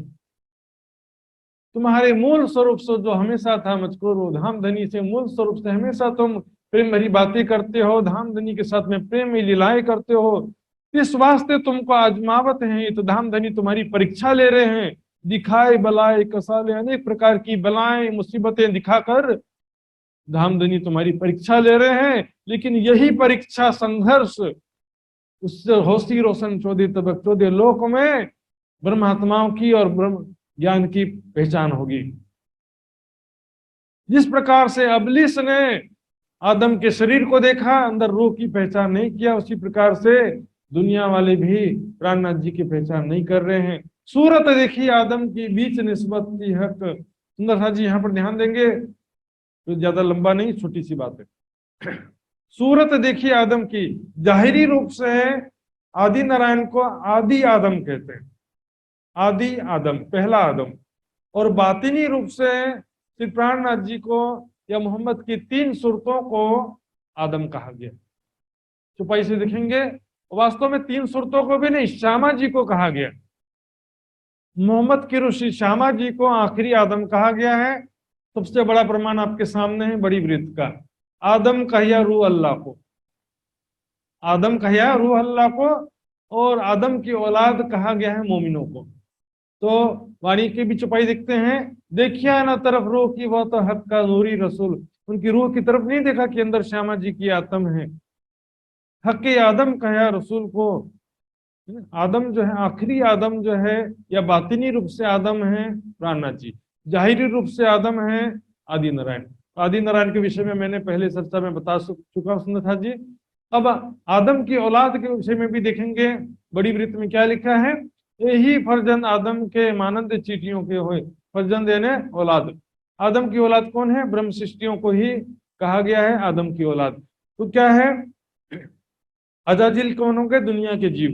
किया भूल पत्थर पर सजदा, कहे किया हम ऊपर रब। दुनिया के जीवों ने खुदा के नाम से बंदगी तो किया, लेकिन क्या किसके किया, निराकार का किया, कण कण में व्याप्त ब्रह्म सत्ता का ध्यान किया, जीव चेतना रूप ब्रह्म सत्ता का ध्यान किया, देवी देवताओं का पूजा किया, लेकिन क्या बोलते हैं, हमने परमात्मा का भक्ति किया। तो अजाजिल जीव दुनिया का ये जो कहियामा है, सब किया भूल पत्थर पे सजदा, के हम किया ऊपर रब। शेषता सब्जी में पर किया ऊपर खुदाए, तो सारे सजदे रद्द हो गए। जैसे 2 उंगल जमी भी नहीं बाकी थी जहां पर अजाजिल ने सजदा नहीं किया। बोले एक ही व्यक्ति ऐसे कैसे सारी धरती पर सजदा कर सकता है। तो क्या है, समस्त जीवों ने, चर अचर समस्त प्राणियों ने, संसार के कण कण में जो भी अजाजिल व्याप्त कहते हैं ना, कण कण में ब्रह्म सत्ता है, स्वाप्निक चेतना शक्ति है। तो सभी जीवों के अंदर भी वही है, कण कण में भी वही है। सभी जीवों ने अपने अपने तरीके से खुदा के नाम से सजदा किया, लेकिन खुदा के नाम यूज किया, लेकिन वास्तव में पानी पत्थर आंख की पूजा की। किया भूल, चुपाई लिखा, किया भूल पत्थर पर सजदा, कहे हम किया ऊपर रब। तो प्राणनाथ जी कहते हैं कौन आदम बिना रसूल, यहाँ पर आखिरी आदम की बात है, अर्थात बातिनी रूप से प्राणनाथ जी की बात है, या और बारीकी में जाते तो श्यामा जी की बात है। यहाँ पर बताया मैंने, चुपाई फिर से देखिए, हक्के आदम कहिया रसूल को ये वाणी की चुपाई है, और पर आदम कहिया रूह अल्लाह को ये बड़ी वृत्त की चुपाई है सुनता जी। तो श्यामा जी तीनों सूरतों को, श्यामा जी कहने से तीनों सूरतें आ जाती है इसमें। रसूल यानी रसूल तीनों सूरत, तीनों सूरतों के विषय में यही बात आती है। न बसरी सूरत को दुनिया पहचान सकी, न मलकी सूरत को पहचान सकी, न हक्की सूरत को पहचान सकी। तो अबलिस जो है सबके दुनिया वालों के दिलों पर राज कर रहा है। किसी जगह लिखा होता है, किसी जगह लिखा कि अजाजिल सबके दिल में बादशाही कर रहा है, किसी जगह लिखा होता है दज्जाल सबके दिल में बादशाही कर रहा है। सभी पर्यायवाची शब्द है। जैसे हिंदू में क्या था, माया, ब्रह्म सत्ता, स्वाप्निक चेतना शक्ति, महामाया, पर्यायवाची शब्द है। इबलीस अजाजिल अलग अलग नहीं है। किसी जगह लिखते हैं कि अबलिस सबके दिल में बादशाही कर रहा है, किसी लिखते हैं कि ए दज्जाल जो अजाजिल सब में दम इनका कम से। तो दज्जाल जो है अजाजिल सबके दिल में बादशाही कर रहा है, ऐसा भी लिख देते हैं। अजाजिल और इबलिस भी अलग अलग नहीं है वास्तव में। और बारीकी जाते हैं तो यहाँ पर दम इबलिस अजाजिल को, यानी अजाजिल जो है विष्णु भगवान के अंदर जो चेतना है वही चेतना शक्ति सभी प्राणियों के अंदर है। इसलिए स्वाप्निक चेतना शक्ति का जो अंश है, या दम यानी जीव, समस्त जीवों के अंदर जो चेतना है उसको भी अबलिस कहा जा रहा है, और विष्णु भगवान के अंदर जो चेतना है उसको अजाजिल कहा जा रहा है। इस तरह से भी वर्णन यहाँ पर किया गया सुंदर साथ जी। तो 2 उंगल जिमी भी ऐसी नहीं थी, अर्थात समस्त प्राणियों के रूप में उसने सजदा किया है। यहाँ पर एक बात और देखेंगे सुंदर साथ जी, यहाँ पर जो प्रसंग आता है वाणी में 2-3 चुपाई है। राज रोज रूहन का जब ए पहुंचिया आए, तखत बेटे शाह कहावते देखो क्यों डारे उल्टाए। ये एक चुपाई है, इसके आधार पर एक कहानी बन गया कि औरंगजेब सिंहासन पर बैठने जा रहा था, तो वहां पर सिंहासन पे उसको शेर दिखाई दिया, तो घबरा के गिर गया। फिर दरबारियों ने उसको बोला कि नहीं है शेर कोई नहीं है, आप जाकर के बैठिए बादशाह हजूर। तो जब सबके बोलने से भी गए और सिंहासन पर बैठे, तो सिंहासन का एक पैर टूट गया और सिंहासन से वो नीचे गिर गए। मैं भी ऐसे ही बोलता था सुंदर साथ जी, लेकिन जब प्राणनाथ जी सीरियल बन रहा था और इस विषय में काफी खोज किया गया, इसकी प्रमाणिकता पर विचार किया गया। ये चुपाई देखिए, तखत बेटे शाह कहावत, यहाँ पर एक राजा की बात नहीं है, बहुवचन है यहाँ पर। तखत बैठे शाह कहावते, इसके अगली चुपाई भी देखिए, भरत खंड सुल्तान कहावते, सो दिए सब फंदाए, सभी राजा बादशाह आपस में उलझ गए, आपस में ही लड़ने लगे। इन विद उलझे आप में आपस में ही उलझ के रह गए। इसमें किसी एक बादशाह की बात नहीं है। देखिए ये 96 चौपाई है और ये 94 चौपाई थी। यहाँ पर सभी बादशाह की बात है। और यहाँ पर क्यों डारे उल्टाए, मतलब सिंहासन का तो बात ही नहीं है। यहाँ पर सिंहासन से गिरने की कोई बात नहीं है सुंदर साथ जी, बल्कि हम देखेंगे तख्ते ताउस जो कहा जाता है, या उनका जो सिंहासन कैसा होता था, सुंदर साथ जी देख सकते हैं आप। ये सिंहासन जो है हिंदू के राजा जैसा नहीं होता है। ये सिंहासन जो है, ये देखिए इस तरह का, ये एक खिड़की जैसा होता है, ऊंचा चबूतरा। ये देखिए अब देख रहे हैं स्क्रीन पर, जैसे ऊंचाई पर औरंगजेब बादशाह खड़ा था और नीचे मोमिन खड़े थे। तो ये उन लोग कहीं पैर नीचे रख करके, जैसे मैं बैठ, हमारे जैसे हिंदू राजा जैसे बैठता ना पैर नीचे रखकर, वैसे नहीं बैठते। वज्र आसन में पैर को मोड़ करके ऐसे बैठने का सिस्टम होता है। आप कोई भी मुगल बादशाह का हम देखिए, देखना चाहो यूट्यूब में देख सकते हैं उनका सिस्टम। वो पैर नीचे रखकर कैसे बैठने का नहीं होता उनका। वो कैसे बैठते हैं, उनका जो आसन ही अलग प्रकार का होता है, जो कि मैंने अभी आपको शॉर्ट में दिखाया है। तो तख्ते ताउस से हिंदू राजा जैसा सिंहासन नहीं होता कि उसका पैर टूट जाए और नीचे गिर जाए। ऊंचा चबूतरा जैसा होता, काफी ऊंचा, और उस पर वज्र आसन में वो बैठते हैं। तो ये बात जो यहाँ पर चुपाई के हिसाब से भी यहाँ पर बहुवचन कहा गया है, किसी एक राजा की बात नहीं है। भरत खंड सुल्तान कहावते, भारत के जितने कहावतें बहुवचन है, तो ये सब फंदा, सब फंदे में फंस गए, आपस में उलझ के रह गए। इन विदुर जी आपस में लड़ते झगड़ते रह गए। तो कोई भी बात की प्रमाणिकता जांचना पड़ता है सुंदर साथ जी। तो अब कल जो है हम देखेंगे किस प्रकार से श्री प्राणनाथ जी ने सुंदर साथ को सांत्वना भरा पत्र लिखा, बड़ी पत्री और छोटी पत्री, उसके विषय में कल हम देखेंगे। आइए सुंदर साथ जी, समय पूरा हो गया, चौपाई दोहराते हैं। बोलो श्री प्राणनाथ प्यारे की जय। श्री महामत कहे मोमिनो, यह भी तक शरियत हुए शाह मुह शर्मिंदे, हुआ दौर कयामत, हुआ दौर कयामत।